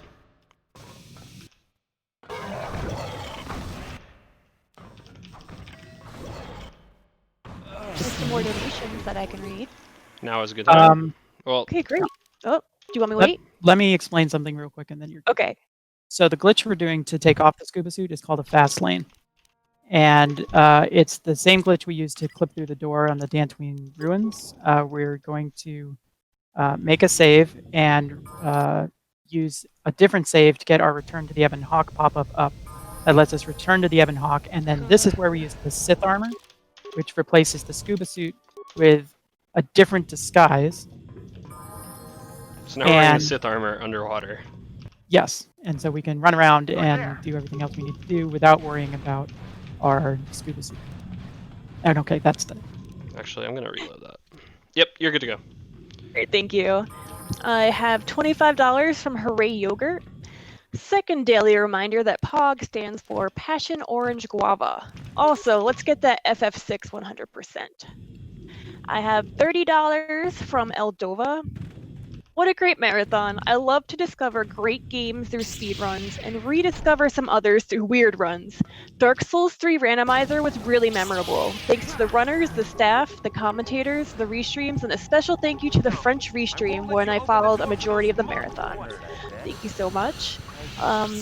Jellyfish Trifle gave us $10 toward dark side ending, so Nice. still winning. And $20, all the things must happen, now going towards Final Fantasy VI 100%. $30 from Le Grand Grand. Hello there! What an amazing marathon we had this week. Thank you everyone for everything you have done, and thanks NAMI for everything you keep doing every year to make things better. May the Force be with you for the end of this run. Thank you. Alright, so we just did the fast lane glitch again to get the scuba suit off, and now we're gonna get the star map. We have to do a short puzzle that, just have memorized. One thing I'd like to point out is all of those sharks are supposed to one-shot kill you, and so our invincibility is coming in handy again. Yep. So this star map has the quest variable that completes our journal at the end of the cutscene, so it's one of the few star map cutscenes that we actually have to watch. Alright, now I just fast lane. Right, yeah. This is a little different from how I was doing it like a week ago. Yeah, this is doing Dantooine the second trip before Tatooine the second trip is a fairly recent route change that I suggested. Yeah. Alright, so now we're going to Kashyyyk. We I get don't to need to talk do to anyone. we get to do Kashyyyk in one trip. We don't have to come back to Kashyyyk at all. So we're going to do all of our side quests on Kashyyyk, involving the Wookiees and their sort of dispute between Chundar and Freyr. There's a merchant who's been trapped there who we're going to help out. There's a murder mystery that we're going to help solve. And there's our last hula suit to jump. Nice. And every time we go to a new planet, we do the map cutscene skip glitch. Or I think it's every time, almost every time. There we had to do 2, and that skips a very chunky cutscene. It's very nice. It's pretty subtle. There are big cutscenes after your first star map and after your third star map. And so we have to do 2 map cutscene skips. The first one skips the big cutscene, and the second one skips a smaller dreaming cutscene. And here we're doing a coordinate warp to warp our party member closer to the elevator that takes us into the Shadowlands. Yep. But to finish the job off, we need to do a gather party warp. So we just warped T3 like really far. This module's actually huge. We got them all the way over here from there. And we're gonna make a save for a hotshot later. Another thing is there's a big fight here, but we can just skip it. And there's no quest tied to it, so we can freely skip. It's very nice. Darth Bandon is no match for Force Quick Save. Yeah, quick saves are very powerful. So this is a cutscene that in any percent we would skip almost all of it, but there is a quest tied to it, so we have to watch it. So a lot of this category was learning which parts of the game trigger the quest variables, and yeah. Sure. And skipping There's as some, much as possible without breaking anything. There's sometimes some pretty wild hijinks we have to get up to just to make sure the journal completes. You'll notice also that our save teleports have grown more powerful since now we're on our third planet of the mid-game. We've visited many modules, and so we can warp forward a significant amount. Yep, now we'll be quick saving, and they'll be super useful now. Oh, I need to pick up. I need to let this guard captain talk to me. Yeah, he gives you the talk poaching quest. You want any? And then we met Jolie, who's going to be a new party member, and they asked us to take care of this group of people. You want any? So we disabled their emitters and sabotage them. Then we have to buffer a cutscene. Oh, I missed it. I'm actually going to kill my game there anyway. I had like 1300, so that works. If you miss a buffer, you can force quit your game and reload it, and that not only fixes your mistake, it also clears your memory leaks, so it can be very helpful. So now we're recruiting Jolie. We did what they wanted. We have to add T3 again. Actually, I guess I don't really have to anymore because I'm not hotshotting, but just keep it consistent. Alright, so wait, okay. I'll start using force powers. We're gonna do a pretty, not tough at all, but like a harder fight. So we want to apply stims and apply force powers.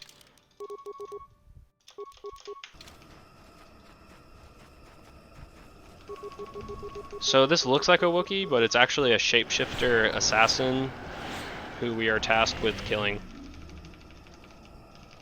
He transforms into... Whoa, that was bad. That shouldn't have happened. I've done this before in this exact way, and that didn't happen. Huh. So sometimes when you start cutscenes with different characters in different ways, it will We'll try start to with warp Jolie this your time. party members to different places. So it looks like we managed to warp our party member completely away from that fight. And while our character is pretty overpowered, our party members There are we go. not. Oh, I started the dialogue twice. Oh, I didn't loot the thing. Okay. Alright. The first time I did loot it and then had to redo it and forgot to loot. So this guy assumed the identity of that dead Wookiee right there, basically. Alright, I'll apply all my stuff now. Cast force speed twice, it's fine. Alright, now we fight this guy. This guy changes form a few times, and his last form he changes into a talk and tries to run away and hide. But if you quick save and quick load, you can actually freeze him in his place and take care of him. Yep. So after this form, he'll try to run away. We can quick save and then quick load. And that'll freeze the tack in place. Normally you have to go chase the tack down, and it's a pain. And here there's just a delay until you can talk to him. So that was still the same guy. Alright, we don't have to loot him. Now we're going to save teleport to the barrier, and the barrier has a variable that warps our entire party there, so we don't even need to actually keep our party together. Well, so the gather party thing only applies to loading zones and not to objects which trigger module changes. And so this force field an object which triggers a module change. And here you have to unequip, because there are Mandalorians who will only attack you if you're unarmed, because they're cowards. And here we just cancel this cutscene. So this is the Mandalorian cutscene. All you have to do is trigger this, and then you can cancel out of it, actually. Yeah, so that Wookiee we rudely ignored at the beginning of this area asks us to avenge his fallen fellows by taking care of these Mandalorian raiders who are waiting until they find unarmed people and then ambushing them. So as Range mentioned, you don't have to kill the first group, you have to kill the second group because there are some items that we need to lure out the Mandalorian leaders. Yep. And once we defeat the leader, we loot his helmet and take it back to the Wookiee, and he says, okay, your quest is done. So we don't even have to kill this guy, actually. You only have to kill 2 of them. I don't think there's a way to know which ones it's gonna be. Like, there might be, though. I assume it's always the same. Probably. I don't know. Sometimes I kill all 3. Luckily, they often attack Jolie. Okay, so we just got the star map. You know, AMG to cancel out of the star map animation. Jolie's still over here dying, probably. Because Jolie's kind of weak, actually. But we don't really need... this cutscene will warp them over. So now we're gonna lure the Mandalorian leader. And we gotta kill him. And loot his head. And bring it to the Wookiee. I don't know if we get his head, actually. That might be inaccurate. Okay, so one side effect of our teammates being in combat over there is that they're not near us now. Ooh. We just threw grenades at T3? That's hilarious. They're chucking grenades at him. Don't like this roll. Yeah. Alright, so we'll just loot. We only have to kill him. We don't have to kill anyone else. But another aspect is like, if we don't kill everyone else, our teammates won't be there to help us with this fight in a second. There's some trade-offs. Okay, so I gotta kill one Kinrath because we need its body to lure the ritual beast, which is over here. Yeah, this is part of the Wookiee Village side quest. We need the ritual beast because he has the blade of Baka What? embedded in its hide, and we need that because it's a symbol of leadership for the Wookiee tribe. And we're gonna bring that back to Freyr and send Freyr back to challenge his son, I think, Chundar. Yep. And then that will be the final big confrontation where we will make the fast decision to side with Chundar. So this is Zalbar's dad, actually. Why Zalbar is not with us right now. Yeah, you can't actually do it if he's with you. You can't do the fast way. Okay, so we progressed that quest. Now we gotta go talk to this Wookiee a couple times to progress this quest, and then we are done with the Shadowlands. So now we're going to hotshot back to the Great Walkway, which is the save I made a long time ago. And we're going to head to the Wookiee village. Normally you're supposed to visit this first, but we were able to skip that with the hotshot and gather party warp. But because we gave the blade to Freyr, there's a Wookiee here who will take us directly to the final confrontation. Jolie's injured. Doesn't matter at all. It's just kind of funny. So we want to try to position behind the Wookiee guards, but sometimes they attack you instead of everyone else. There we go. If we're behind, we basically one-shot everything. So the reason it's important that we didn't visit the Wookiee village before is when we finish this quest, Chundar boots us out of the village and doesn't let us back in. Except because we haven't gone in yet, the Wookiee who normally brings us to the village is still there. So we can use that Wookiee to get back inside the village even though we're not supposed to be able to get there. Yeah, handling Kashyyyk was very tricky. It's pretty easy to lock yourself out of not being able to do all of the quest. The same way that Korriban is. Korriban, there's only like 2 ways you can even do all of the quest. Because you can limit yourself.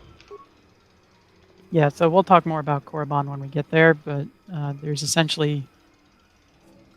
Yeah, we'll talk more about Korriban when we get there. This is the murder mystery that we are helping to resolve. We looted a Wookiee corpse in the Shadowlands, which had some evidence on it. And so we have one more quest to complete on Kashyyyk here, So, where we have to tell this guy that his buddies were ambushed by his... I actually forgot to loot it. Oh, the second Because time? I had to do it again. That's fine. Probably hotshot back to the lower Shadowlands. Yeah, I Just could. run there. Okay, I'll do that. Alright. So there's We'll a get this quest droid. yet. There's a droid in the Shadowlands that has the evidence against that guy. So we have to have looted that in order to finish that quest. And I did loot it, but then I had to do it again, and I forgot to loot it again. Yep. That's how it goes sometimes. Okay, at least we're partyless near the loading zone. That's not too bad. Now we're just gonna save teleport a lot. I am gonna have to reset Maybe a again. good time for donations if you have any. Yeah. Great. We have a $500 donation from Sorlock. Keep up the great work, everyone. And that goes toward using shock on Kifka. So we are now $212.78 away from meeting that incentive. Generally, using shock on Kifka. We are also $1,522.74 away from meeting the 100% Final Fantasy run. Cool. So we collected the quest item we needed, and now we're going back to return it. We have about half an hour left for dark side versus light side for this. Alright, I'm gonna Dark side is restart my still game. winning.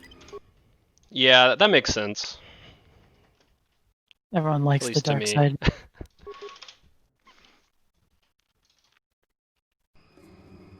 Alright. That wasn't too bad. You know, that was a pretty big mistake, but it's okay.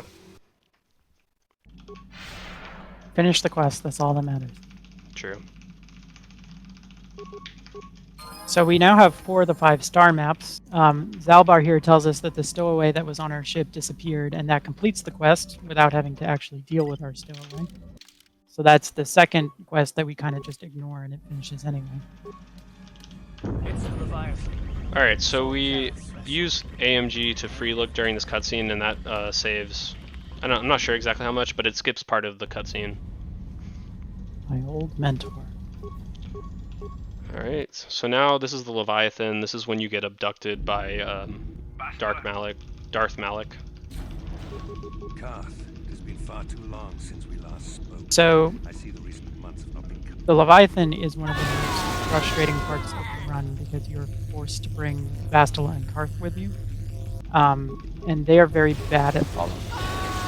They like to run off and attack Sith soldiers who they are not strong enough to defeat, or just get stuck on walls, or just get stuck in the middle of an open hallway because they're... God. So we're going to do our best to keep them with us.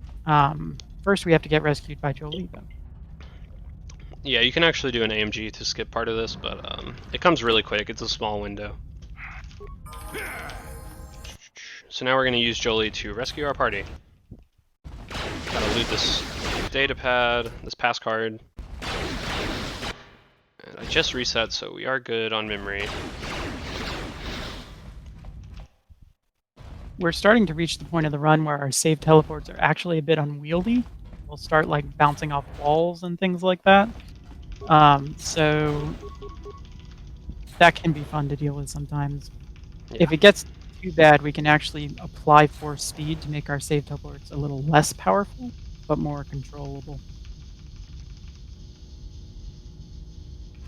So we rescue the party, we gotta get our stuff and do some equips. I'm just gonna roll with the Sith armor all day, every day. Alright, so we don't need to re-equip them.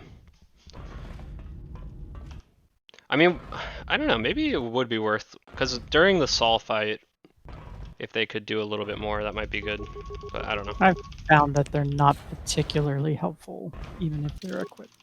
And here we're going to make a save for a hotshot later. So this part of the game is definitely the worst part in the other categories, in glitchless and no major glitches. Any percent doesn't go here. But in this category, it's not so bad. Alright, so he shot, which... Oh wait, he didn't... Okay, yeah. Half the time this AI throws a grenade and then you can just run right past him, but a small percentage of the time he will shoot at your party members, which will make them engage in combat, and then it's probably best to just kill him. So hopefully, here you really want to get Vastila to follow you. Come on, guys. I'm here. What are you doing? Alright, okay. Yeah, this is what we're talking about. They just don't behave very well. The worst part of speedrunning this game is the party AI trying to follow you. And sometimes it doesn't let your main character pick up the spacesuit, I found. Ready. Yes? It didn't let Vastila either. I don't know, that happens weirdly. It's not consistent. I think the spacesuit just has kind of a weird Hitbox, like you have to hitbox, hit it from for a lack of really better specific... word, yeah. Yeah, I've noticed that too. Okay, this is not good. Alright, we didn't get whirlwinded, so that's good. So we just skip those guys. Here we're gonna do a buffer. Normally you wear a spacesuit and it's really slow, but if you buffer the animation of the door opening and transitioning to the spacesuit, you can just run outside. Another thing about the spacesuit is that you can't even save teleport with them on. So yeah. It's very That- slow. The trick looks very simple, but it saves over a minute of very slow walking. And now we're gonna do one of the more annoying fights of the game, just because there's like 8 enemies you have to kill. And there's no, this cutscene strips your force powers, so you have to reapply everything, and reapplying everything takes time. So it's kind of just like not that good. And you don't want your party members to die. We have to do this fight quest. There are ways to skip it, but you have to finish the quest at the end of the fight. So one thing, you want to like look around and see who's attacking your party members and who's attacking you, and you always want to try to attack the people who aren't looking at you, because then you get the critical strikes. Get that extra Oh, sneak did you attack. see that? That was silly. That was great. We got a force Force jump in. jumps are very amusing when party members get in your way. Yeah. Alright, so unfortunately he's looking at me, which means we won't get as many.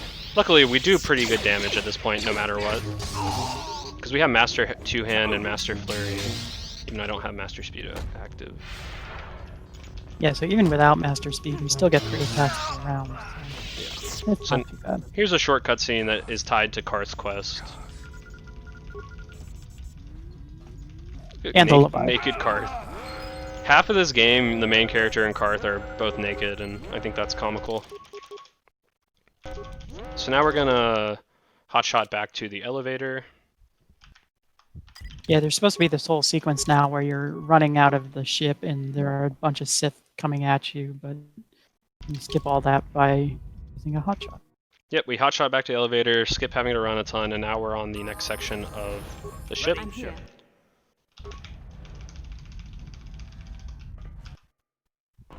And This is here going to be our You good? This is going to be our first confrontation with Darth Malak. If you've played this game casually, or even if you haven't played it, there's a big plot reveal here. So to keep this spoiler-free, we're going to skip that cutscene, because we don't want you to be spoiled if you haven't played this 20-year-old game.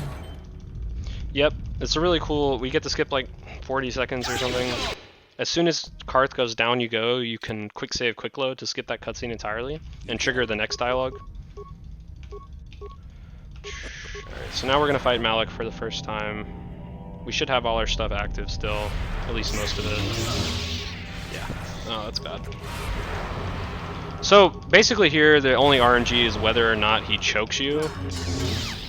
And wow, we were so close to just one-rounding him. We only needed 10 more damage. Oh, I used... Yes, of course, we're skipping it for spoilers and not because it's fast.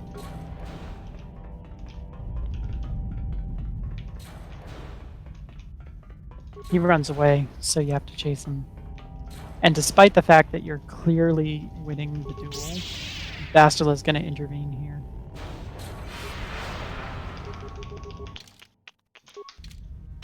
Crap, you don't need to cast Force Speed again. You can one-round him in both of these fights, but I wouldn't say it's the most often outcome. That was 2 rounds, that's fine. Malak has fairly high Malak, defense, and you so two we get have out a of here. decent Find chance the of missing him Starforge. enough that we can't one-round him.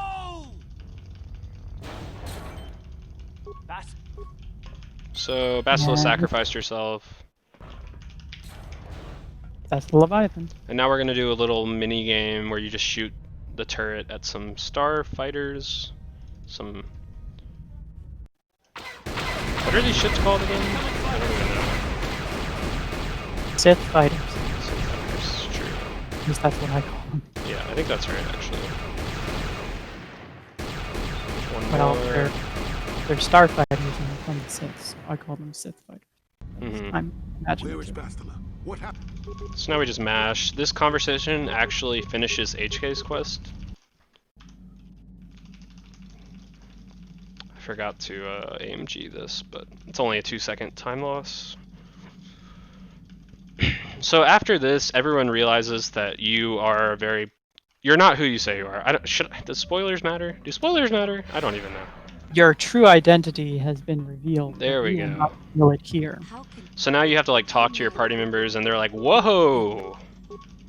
I didn't Plot know twist. that." how may I So we're just gonna progress Juhani a little bit here. how may I So Juhani's quest is tied to experience, and we have to get level 10 while on this planet. Most of the time, it doesn't matter what level you are. So hotshotting reverts your main character's experience, so we can't just hotshot Yeah, what? infinitely without any repercussions. Yeah, what? So here we're gonna avoid hotshots for a bit, so we can reach level 10. We're gonna do all of Korriban on one trip, so we don't really need hotshots. So it's kind of convenient to do Juhani here. We're also gonna do one of my favorite glitches here.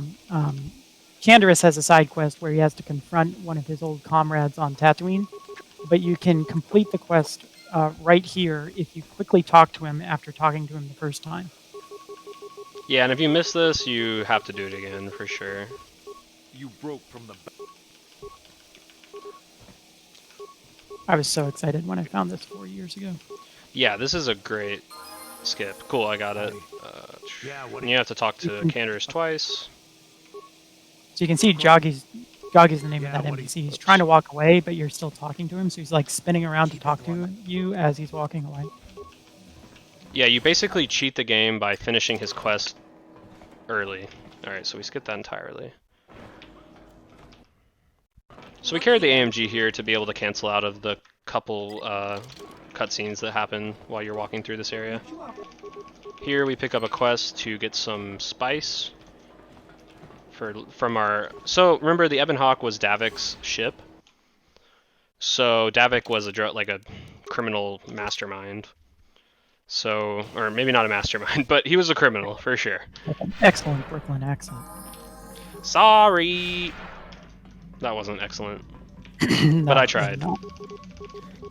not. Yeah, so it's this quest in particular which requires us to visit Tatooine a third time instead of just twice. We are getting spice. We're going to return it to that roadie, and he's going to ask us to take a box to a hut on Tatooine. Korriban is one of the more intriguing planets to route in this category. Because if you have played this game casually, you know that a lot of the story is convincing the Master of the Academy, Uthar, to take you to the star map by fulfilling different tasks. We call these prestige points.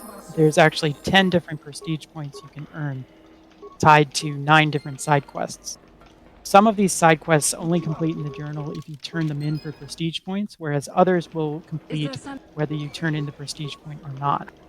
And so it turns out that there's only 2 ways to complete all of the side quests here and get the requisite prestige points you need. Your choice is to either save the Sith students and destroy the rogue assassin droid, or flip it and repair the droid but kill the students. We're going to kill the students, I think, right? Yes. Ah, there.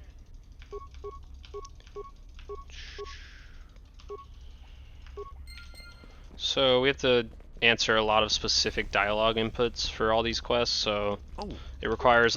It's not just mashing 1 anymore. I mean, sometimes it is, but...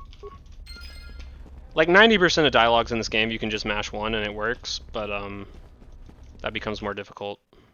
That particular one with Kel, if you mash through it, Sure. you won't be able to turn in all your prestige points. So instead, we convince him to return to the Jedi, and that completes the quest without getting us a prestige point, which is actually what we want. Same thing with this interrogation. We interrogate to find the location of the weapons cache, but then we let the interrogator take the credit for it because we want to complete the quest but not get a prestige point.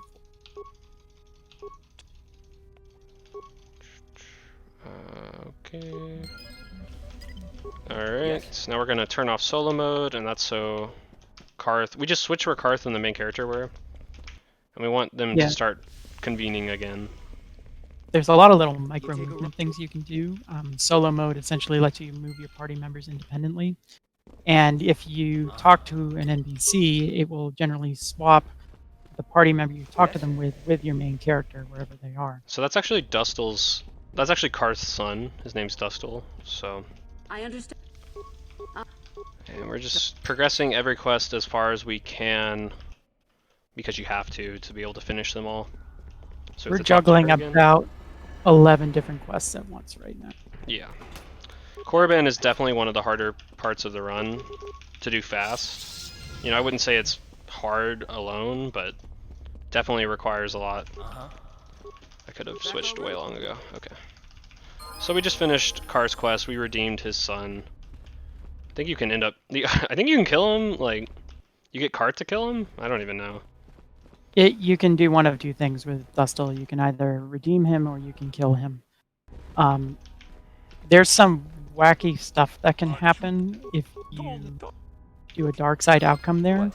In particular, I've managed to have Karth be hostile on the Ebon Hawk and have him run around killing your other party members. It was I'm very gonna strange. restart my game. The memory is high. A crash is imminent. So there's, in the valley here, there's 5 quests we're going to be working with. One is in the caves, where we're going to kill the Sith students. There are 3 in different tombs, where we're going to do different things. And then there's one with a Sith called Lasho, who has a lead on a holocron to help her get it, and then kill her when she betrays us. And we also do need to get level 10 for Juhani. Yeah, so any sort of extra experience we're getting here from force jumps or things like that is very useful. And here you want to stem up and cast force powers because you're about to have to kill 3 Sith Jedi people. This fight's actually a little tricky. Yeah. It's unfortunate because you just can't get critical strike. You can't get sneak attacks on them very easily. Oh my god, I just got a really nice one. That was actually probably the fastest I've ever done that. Wow. Which, it's like mostly RNG. But I did get a nice bump on Talia. This combat system, by the way, is based on Dungeons and Dragons. So there's a lot of rolling 20-sided dice going on in the background here. So now we gotta raid all of the tombs. And yep, this is the first one, the Tomb of Ajuntapal. We're Tomb Raider now. Yes, this is Tomb Raider. There's not a whole lot going on. There's not as many cool glitches or anything at this point. We're gonna redeem a dead Sith Lord here and get his sword. In the next tomb, we're gonna deal with a crazy, insane Sith guy, and in the tomb after that, we're gonna destroy a lot of droids and then fix one of them. This is definitely one of the coolest planets in a casual playthrough, I would say. But every part of this game's great in a casual playthrough. Yeah, you should definitely play this game if you haven't yet. It's definitely worth it. Perhaps donations now? Yeah, that'd be great.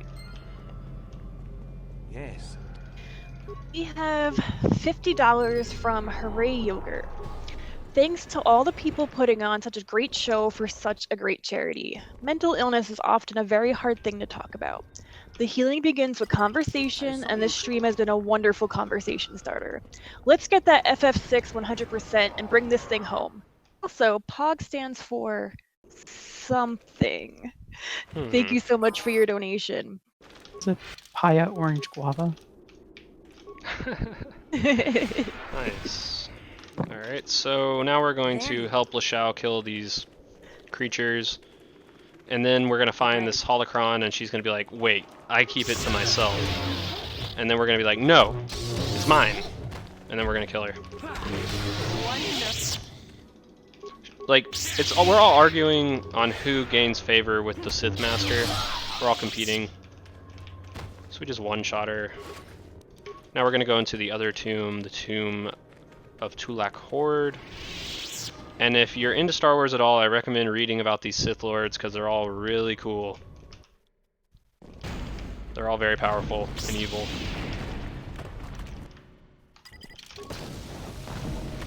So we do this terminal for some reason. You can't mash through it. It just has like this really weird loading time. You have to wait. But we do an AMG to be able to cancel out of it a little bit early. Here, if you mash too fast, you can actually glitch this cutscene. It's really weird. So you have to be careful not to break it. There we go. Yeah. This game is what I would call fragile. It is easily broken. And that's both the good and the bad. Alright. And so we come to round 2. 1, 5, 6, 4, 3, 2, 1. Alright, so you can't move here, but if you press loot, it lets you move, and then you can move. I mean, you can move eventually, but it's weird. It like stuns you for a second, but if you just press loot on an object, it will move you and gain You control. can cast a force power too. Oh, okay, I didn't know that. I'm gonna do that next time. So now we're gonna go kill a bunch of droids. The other tomb has like a army of droids guarding the head droid that we have to deal with. So this part is I don't know, kind of interesting. I think it would be a Mimi individual level. No one in the community agrees with me. I do not agree with you. Just who can finish this droid haul fastest? I mean, I think like adding a party member and like chucking thermals while doing this might make it interesting. One shot everything. Sorta. You two-shot a few of them. I guess if If you're unlucky, yeah.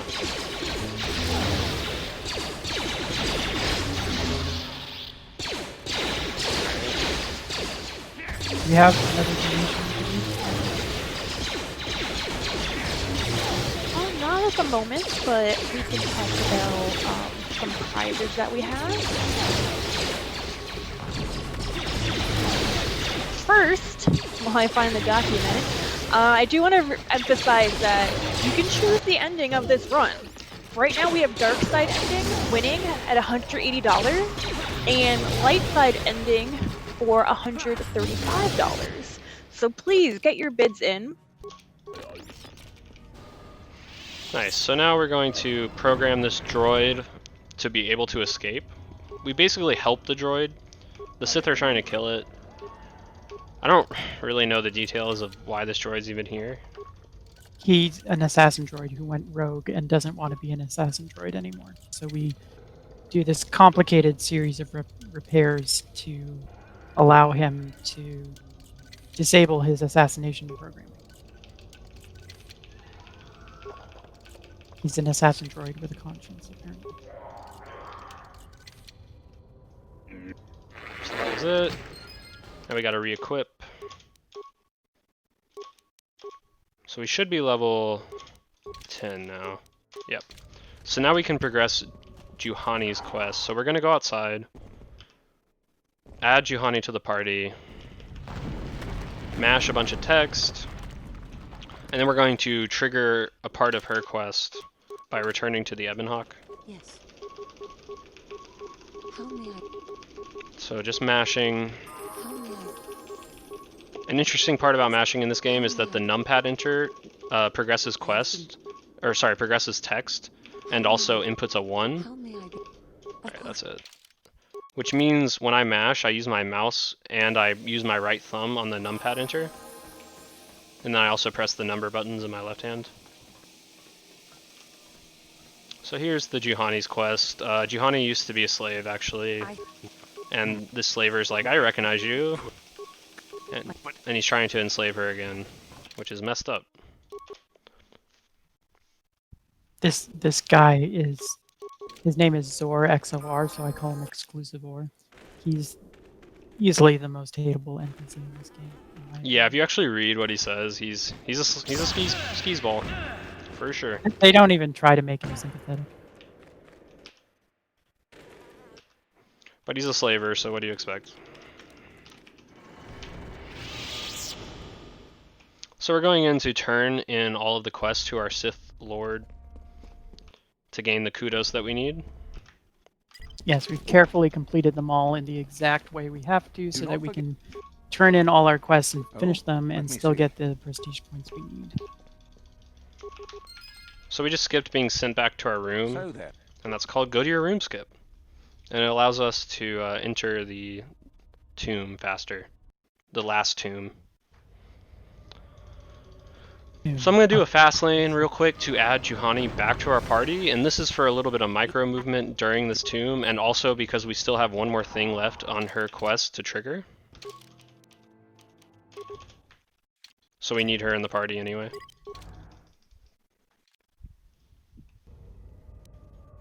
So we return to an area. We're not actually able to return to the Ebon Hawk, so we do the glitch to be able to. And at the Ebon Hawk, we can add party members. So in this tomb, you're supposed to be alone, is basically what I'm saying.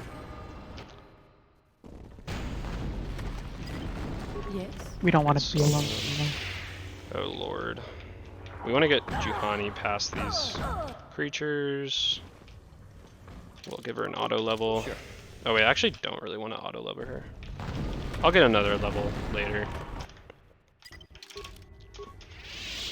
It's okay. It'll just make wire targeting a little bit worse. You want to give her dueling. Hopefully I get one more level. I'll make it a lot better. What is it? So using this cutscene teleports our main character over here. This is the last star map. So we do an AMG so we can save and load and skip the cutscene of the star map.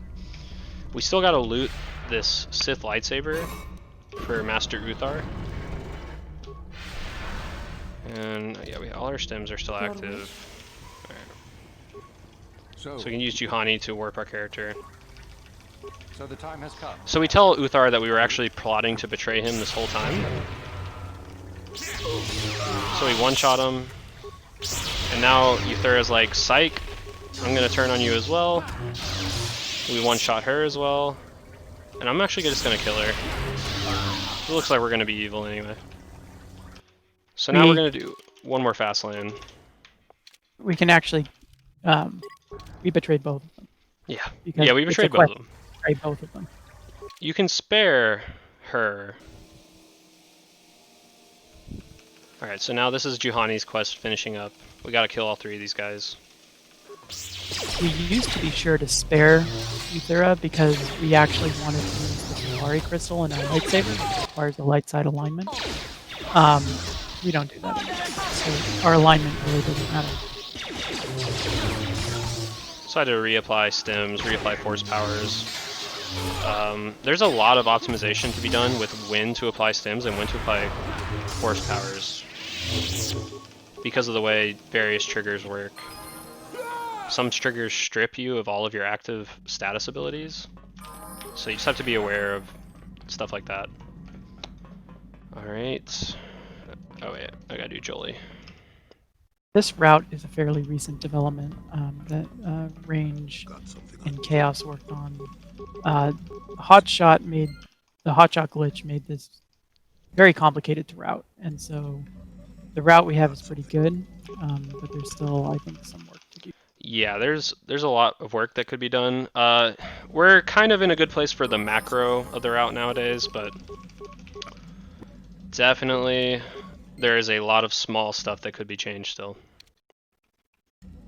So now we just have to talk to Jolie like 9 times. And we can quick save and quick load to refresh his AI.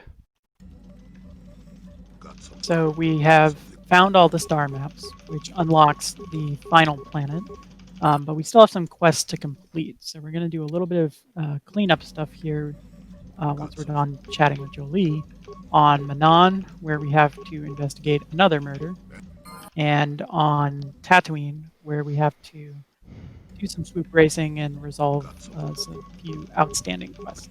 So now we're going to make a save down low because we really need it later. Also make a save early. Okay, so we're going to hotshot back to Manaan now.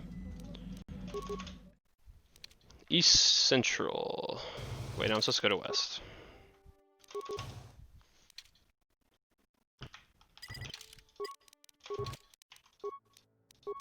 West is where the Selkath court is, and so we need to go there first. And then we go to East Central to investigate the murder and finish up some other stuff. So we turn in that quest. Turn in this quest. Need to add Jolie. I'm also gonna restart here.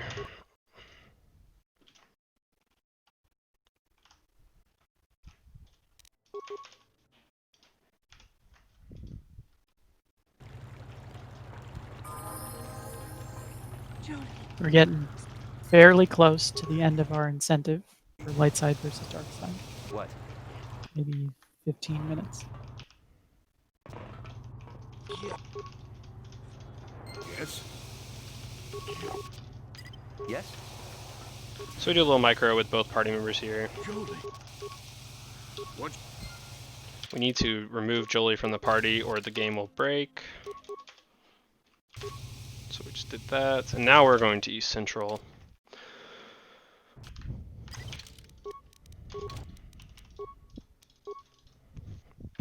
To do more cleanup.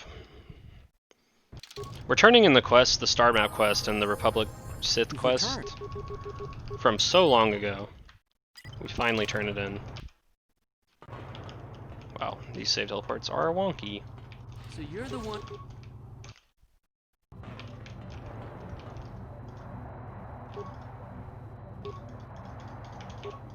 So we just got evidence that Sunri, Jolie's friend, committed a murder. And we're actually going to turn him in because it's the fastest thing to do. Yeah, if you want to try and clear Sunri, you have to fully talk to all the witnesses, go through this fairly long court sequence. Whereas if you are willing to just turn him in, you go to the court and you're like, I have a video showing my client committing this murder. Yep, Which so we're makes just picking up a few side quests now. Yeah, it makes you the worst lawyer, but it's fast. Yeah, we're a bad lawyer.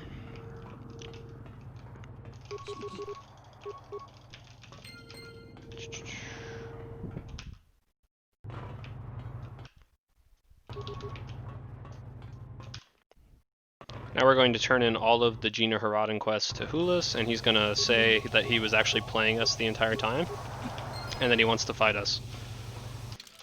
So now we'll hotshot back to Otto West again to finish the Sunri murder trial. I can maybe talk a little bit about Yavin while you're doing that. Sure.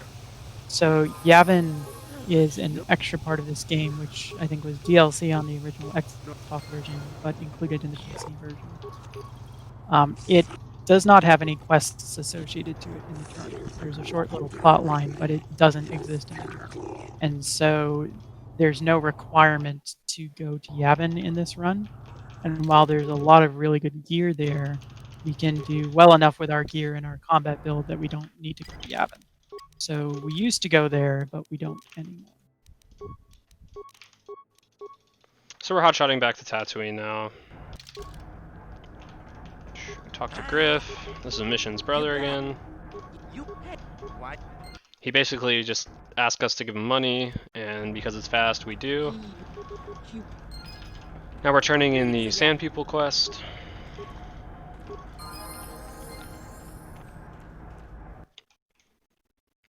I might actually save teleport with speed active now. Please. What is this dialogue? I forgot. 12113. Whatever. I should probably do a different one for that. We used to care about our alignment, but now we don't. So if the evil thing's slightly faster, I should maybe do that. Alright, we got a big difference. yeah, so we got one more swoop race to do now. Now this is pod racing. Yeah. We also convinced the Hutt to give his best swoop racer a better deal, which is a quest in itself, during all that tech smashing. Yeah, sadly we won't get the fancy fancy crystals turning our lightsabers either cyan or orange. Those are Yavin exclusive.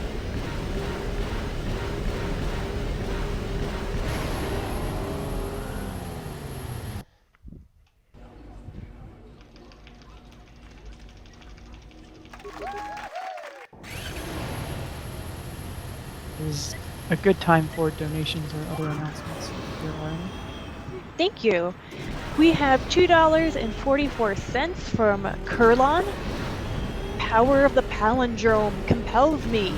And we have another $30 from Anonymous, and those are both going toward the Final Fantasy VI 100% all characters Espers run.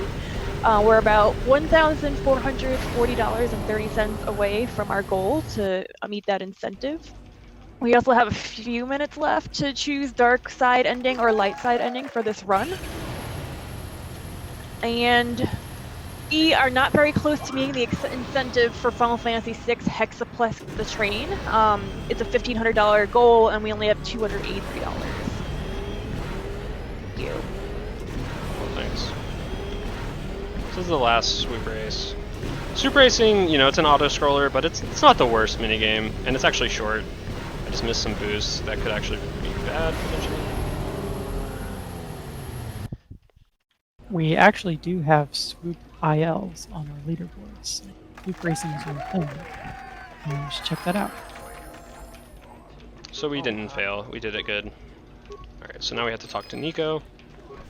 And those are the only quests in there. Gonna buffer this fan. A Swoop fan comes and he's like, hey, I'm a big fan. But we big time him.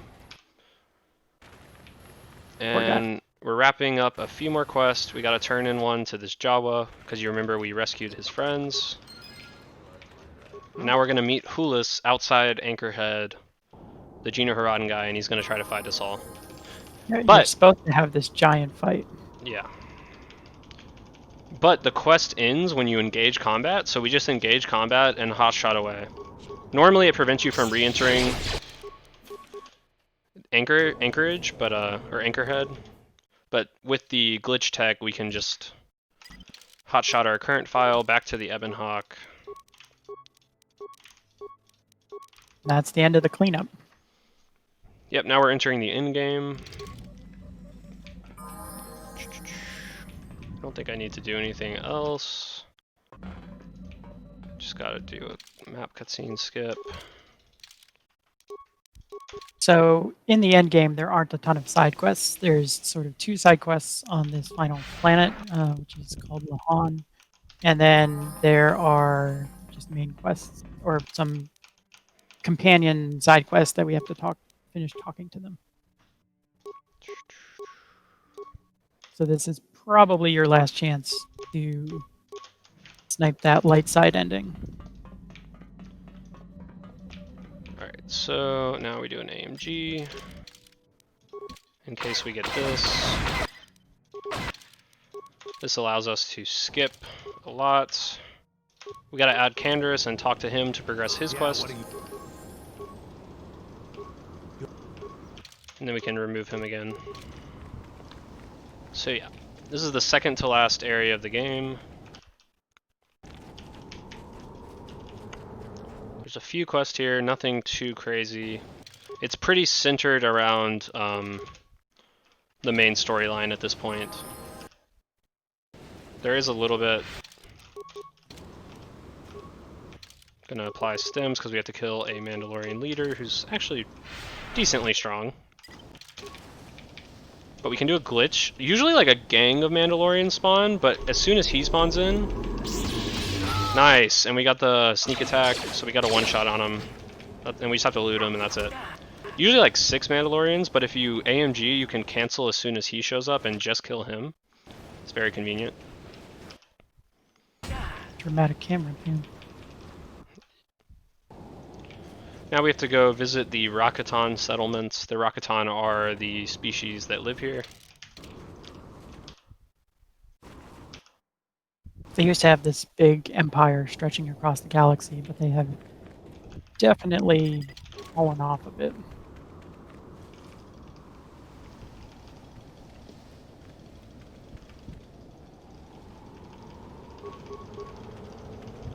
So here you actually would turn against these people, but that locks you out of a quest. So we do a glitch to skip out of this dialogue before we turn against him. And it just so happens that the quest attached to this dialogue will complete still, so we can still complete it without having them all turn hostile against us.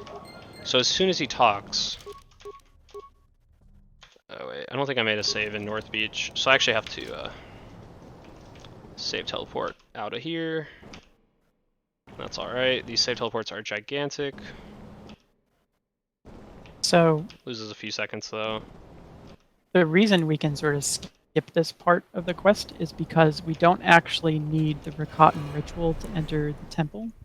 We're going to enter the temple with some glitches. So we don't have to turn these warrior Rakatan hostile. We just leave. Yep, and we are turning in the Mandalorian quest to War Leader Garn. War Leader Gar. And he gives us a reward that we don't even care about. I don't even know what's in there. There's some really good stuff in that footlocker that we just completely ignore. So now we'll hotshot back to the temple exterior. This just saves a decent amount of running.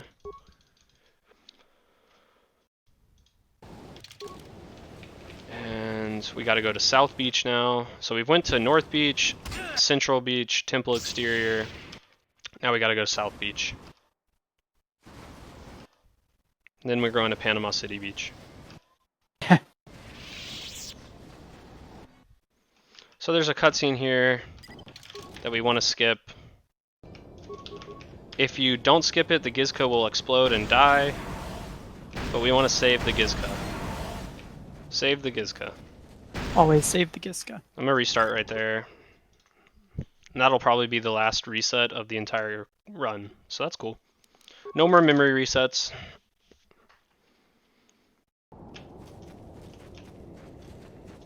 There's 2 wild rancors here.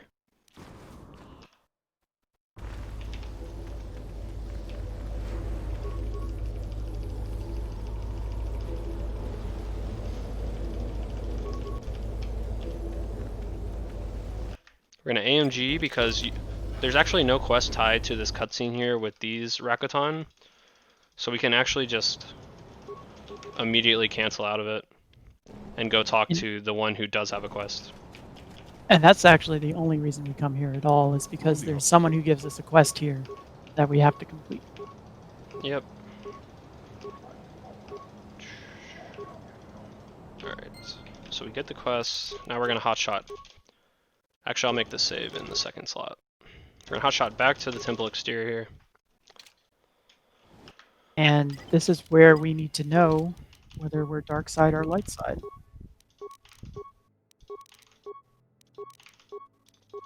Seems like we're gonna be dark side.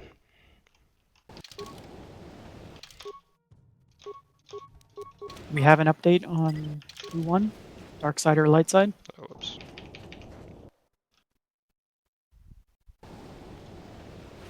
Dark side ending with $180, light side ending with $135.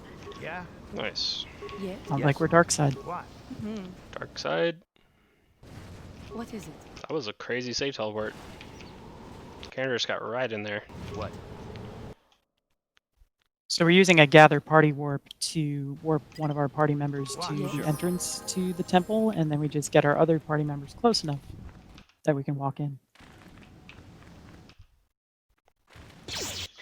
I also wanted to mention that we don't have any naming incentive bids for Celis, I say it wrong, Cian and Strago. They're all at $0. So this is your time to hop in, send a donation, and get a character named after you.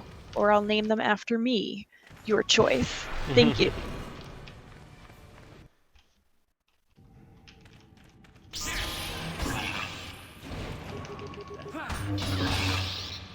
So we have to go in the basement to get some quest materials. We have to do this short puzzle. It's very easy. Just have to go in an H shape.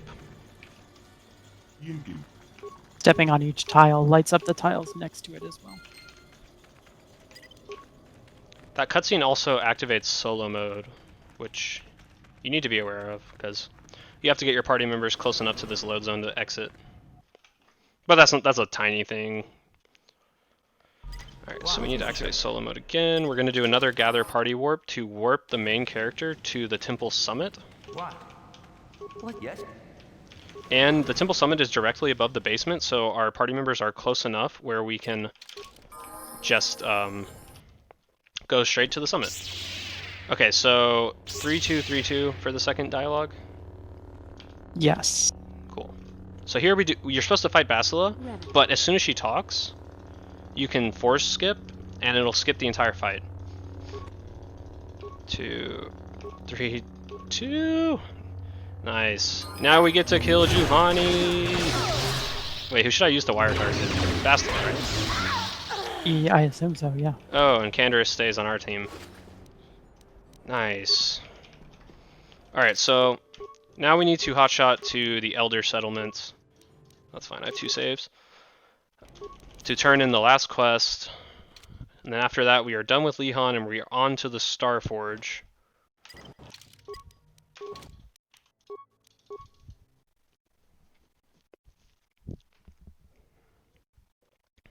I hope Candaris is still by the... It should work. It should be fine. I'm pretty sure Candaris is still there.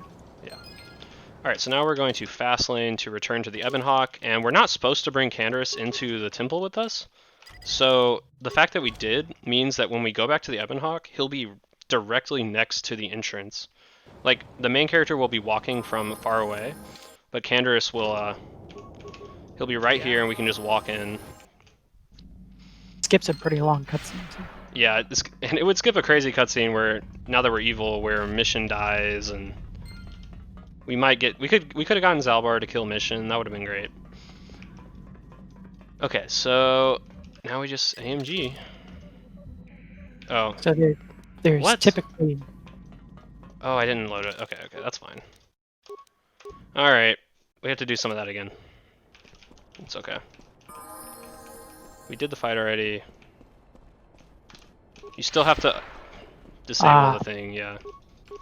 Alright. Yes, you have to disable the disruptor field, otherwise you can't take off and leave the planet. Dark side ending got me confused. The ship's still there. I like that. Oh, my game is loading very poorly right now. Or actually, it's saving, but you know, same idea. Oh my god. Huh. We have most of the game's worth of module data stuck within our save right now. Once we go to the Starforge, all of that gets deleted because you can't return from the Starforge. Our save file is very large. Alright.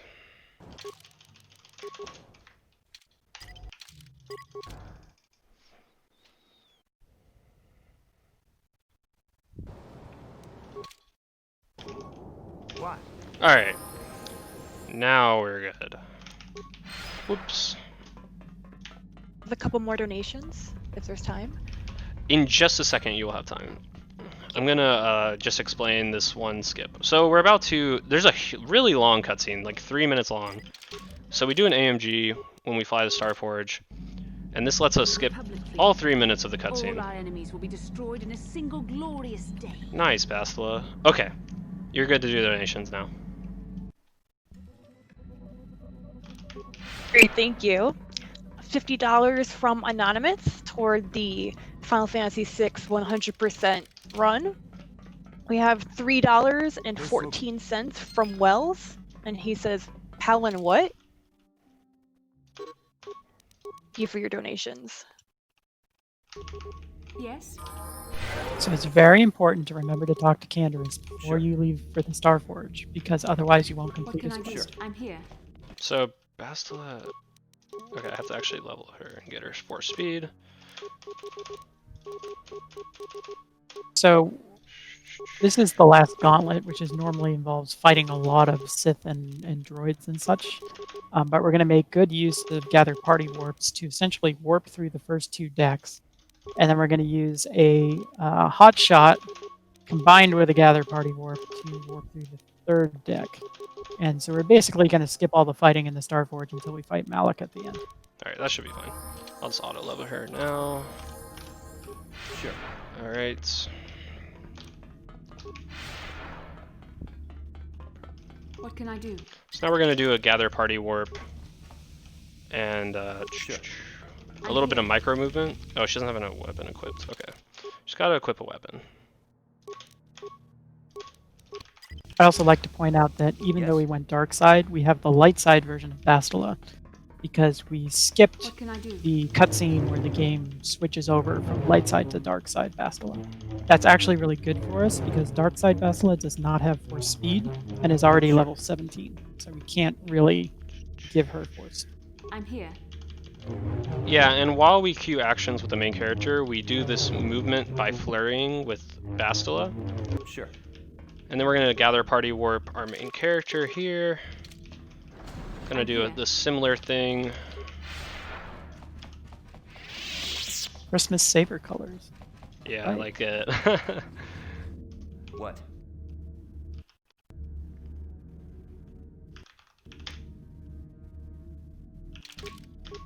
Yes? I have a few more donations if there's time. Go ahead. Go ahead. Okay. We have $10 from Anonymous. That's going toward the Final Fantasy VI 100%. $25 from an Anonymous, going towards naming Celis Emma. $25 from the Altar Maven. Yes? I heard all the characters Esper's run is great. Why don't we meet that? Sure. Let's meet the incentive and help a great cause. Either way, we're going to Zanzukin the Run. Yes? Oh, is it Adam Edge? My bad. Thank you so much for your donation. So we're doing a sequence of gather party I'm warps to warp our characters to the nearest loading zone instead of walking. So all we have to do is position our players in a way that they're closer to the loading zone that we want to be warped to than they are to any other loading zone on the map. And this allows us to skip a bunch of enemies. So now we're going to do a series of coordinate warps, and then I'll let you talk about that. Yes, so the third deck here is actually a little bit tricky to get through just with party warps because you would have to fight a mandatory Sith fight. So by using the save that we made on the first deck, What we can I can do? warp back there, position Bastila correctly, make a save, and then hotshot back to the third deck in order to warp Bastila past that required fight. And then we're able to, from there, make our way to the viewing platform where Malak is waiting. If we had gone light side, we would have to fight Bastila here in order to finish her quest. But since you all donated for the dark side ending, we don't have to do that. What? So now we're going to do another gather party Yes. warp to warp Bastila past Malak, actually.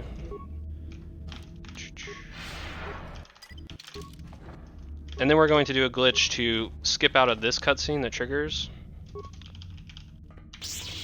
So as soon as he walks forward, you can cancel it. And we're coming up to the final boss, the very end of the game.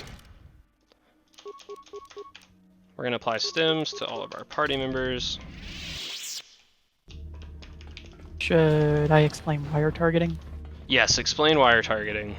It's a great thing. So the basic upshot of wire targeting is that it allows us to attack enemies which are not hostile. What we're going to do here is make a save during the first phase of the Malak fight, and then we're going to cancel the cutscene that occurs between the two phases. And by setting up Bastila in the right position here, we're going to be able to use our save to queue up some default attacks, and then reload our quick save next to the non-hostile Malak, and Bastila will be able to attack that non-hostile Malak, and as soon as she deals damage to Malak, the fight ends. Oh, I actually messed this up pretty badly. I think I need to do... Yeah, I messed this up.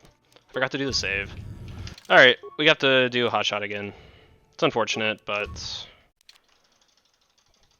Yeah, I scuffed that.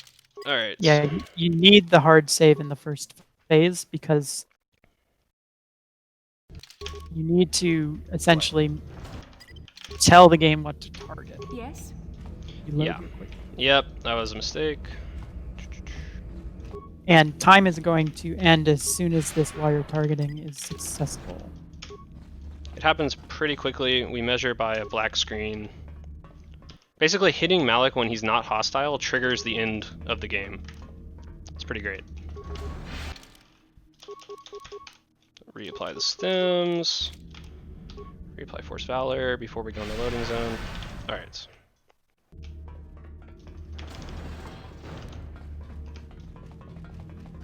Make the save.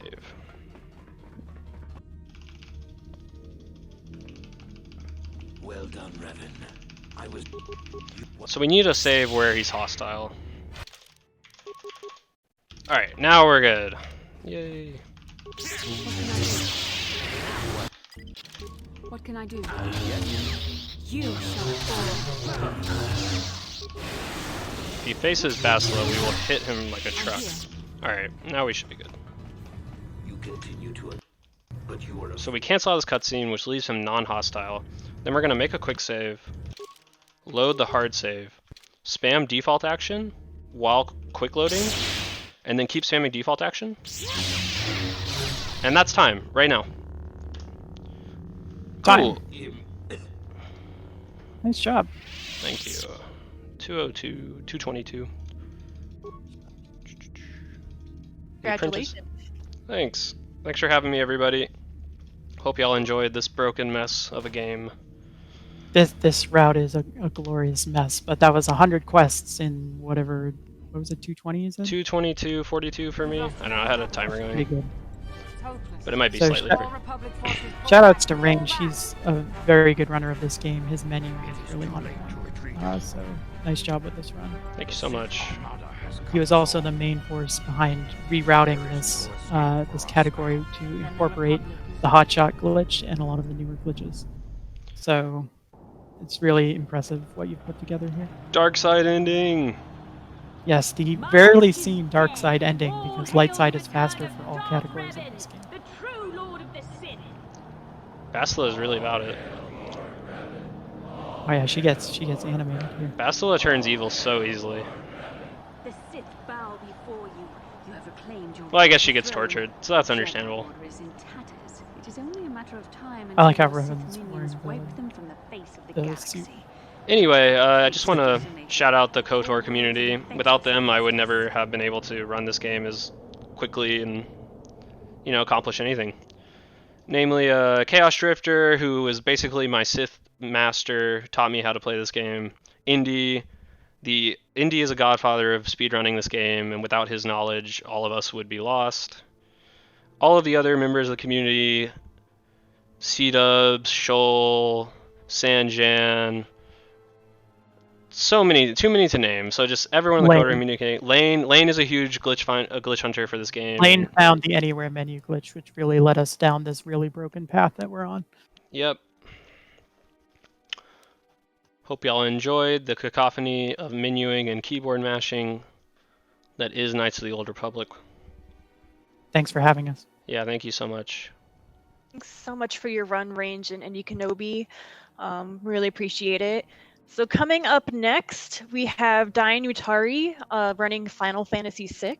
Will it be 100% all characters, all espers? That's up to you, the viewers. I also have a $20 anonymous donation for CN naming him Thao. Very appropriate. Well, thank you so much for tuning in today, and stay tuned for Dantooine's Final Fantasy VI run. Thanks.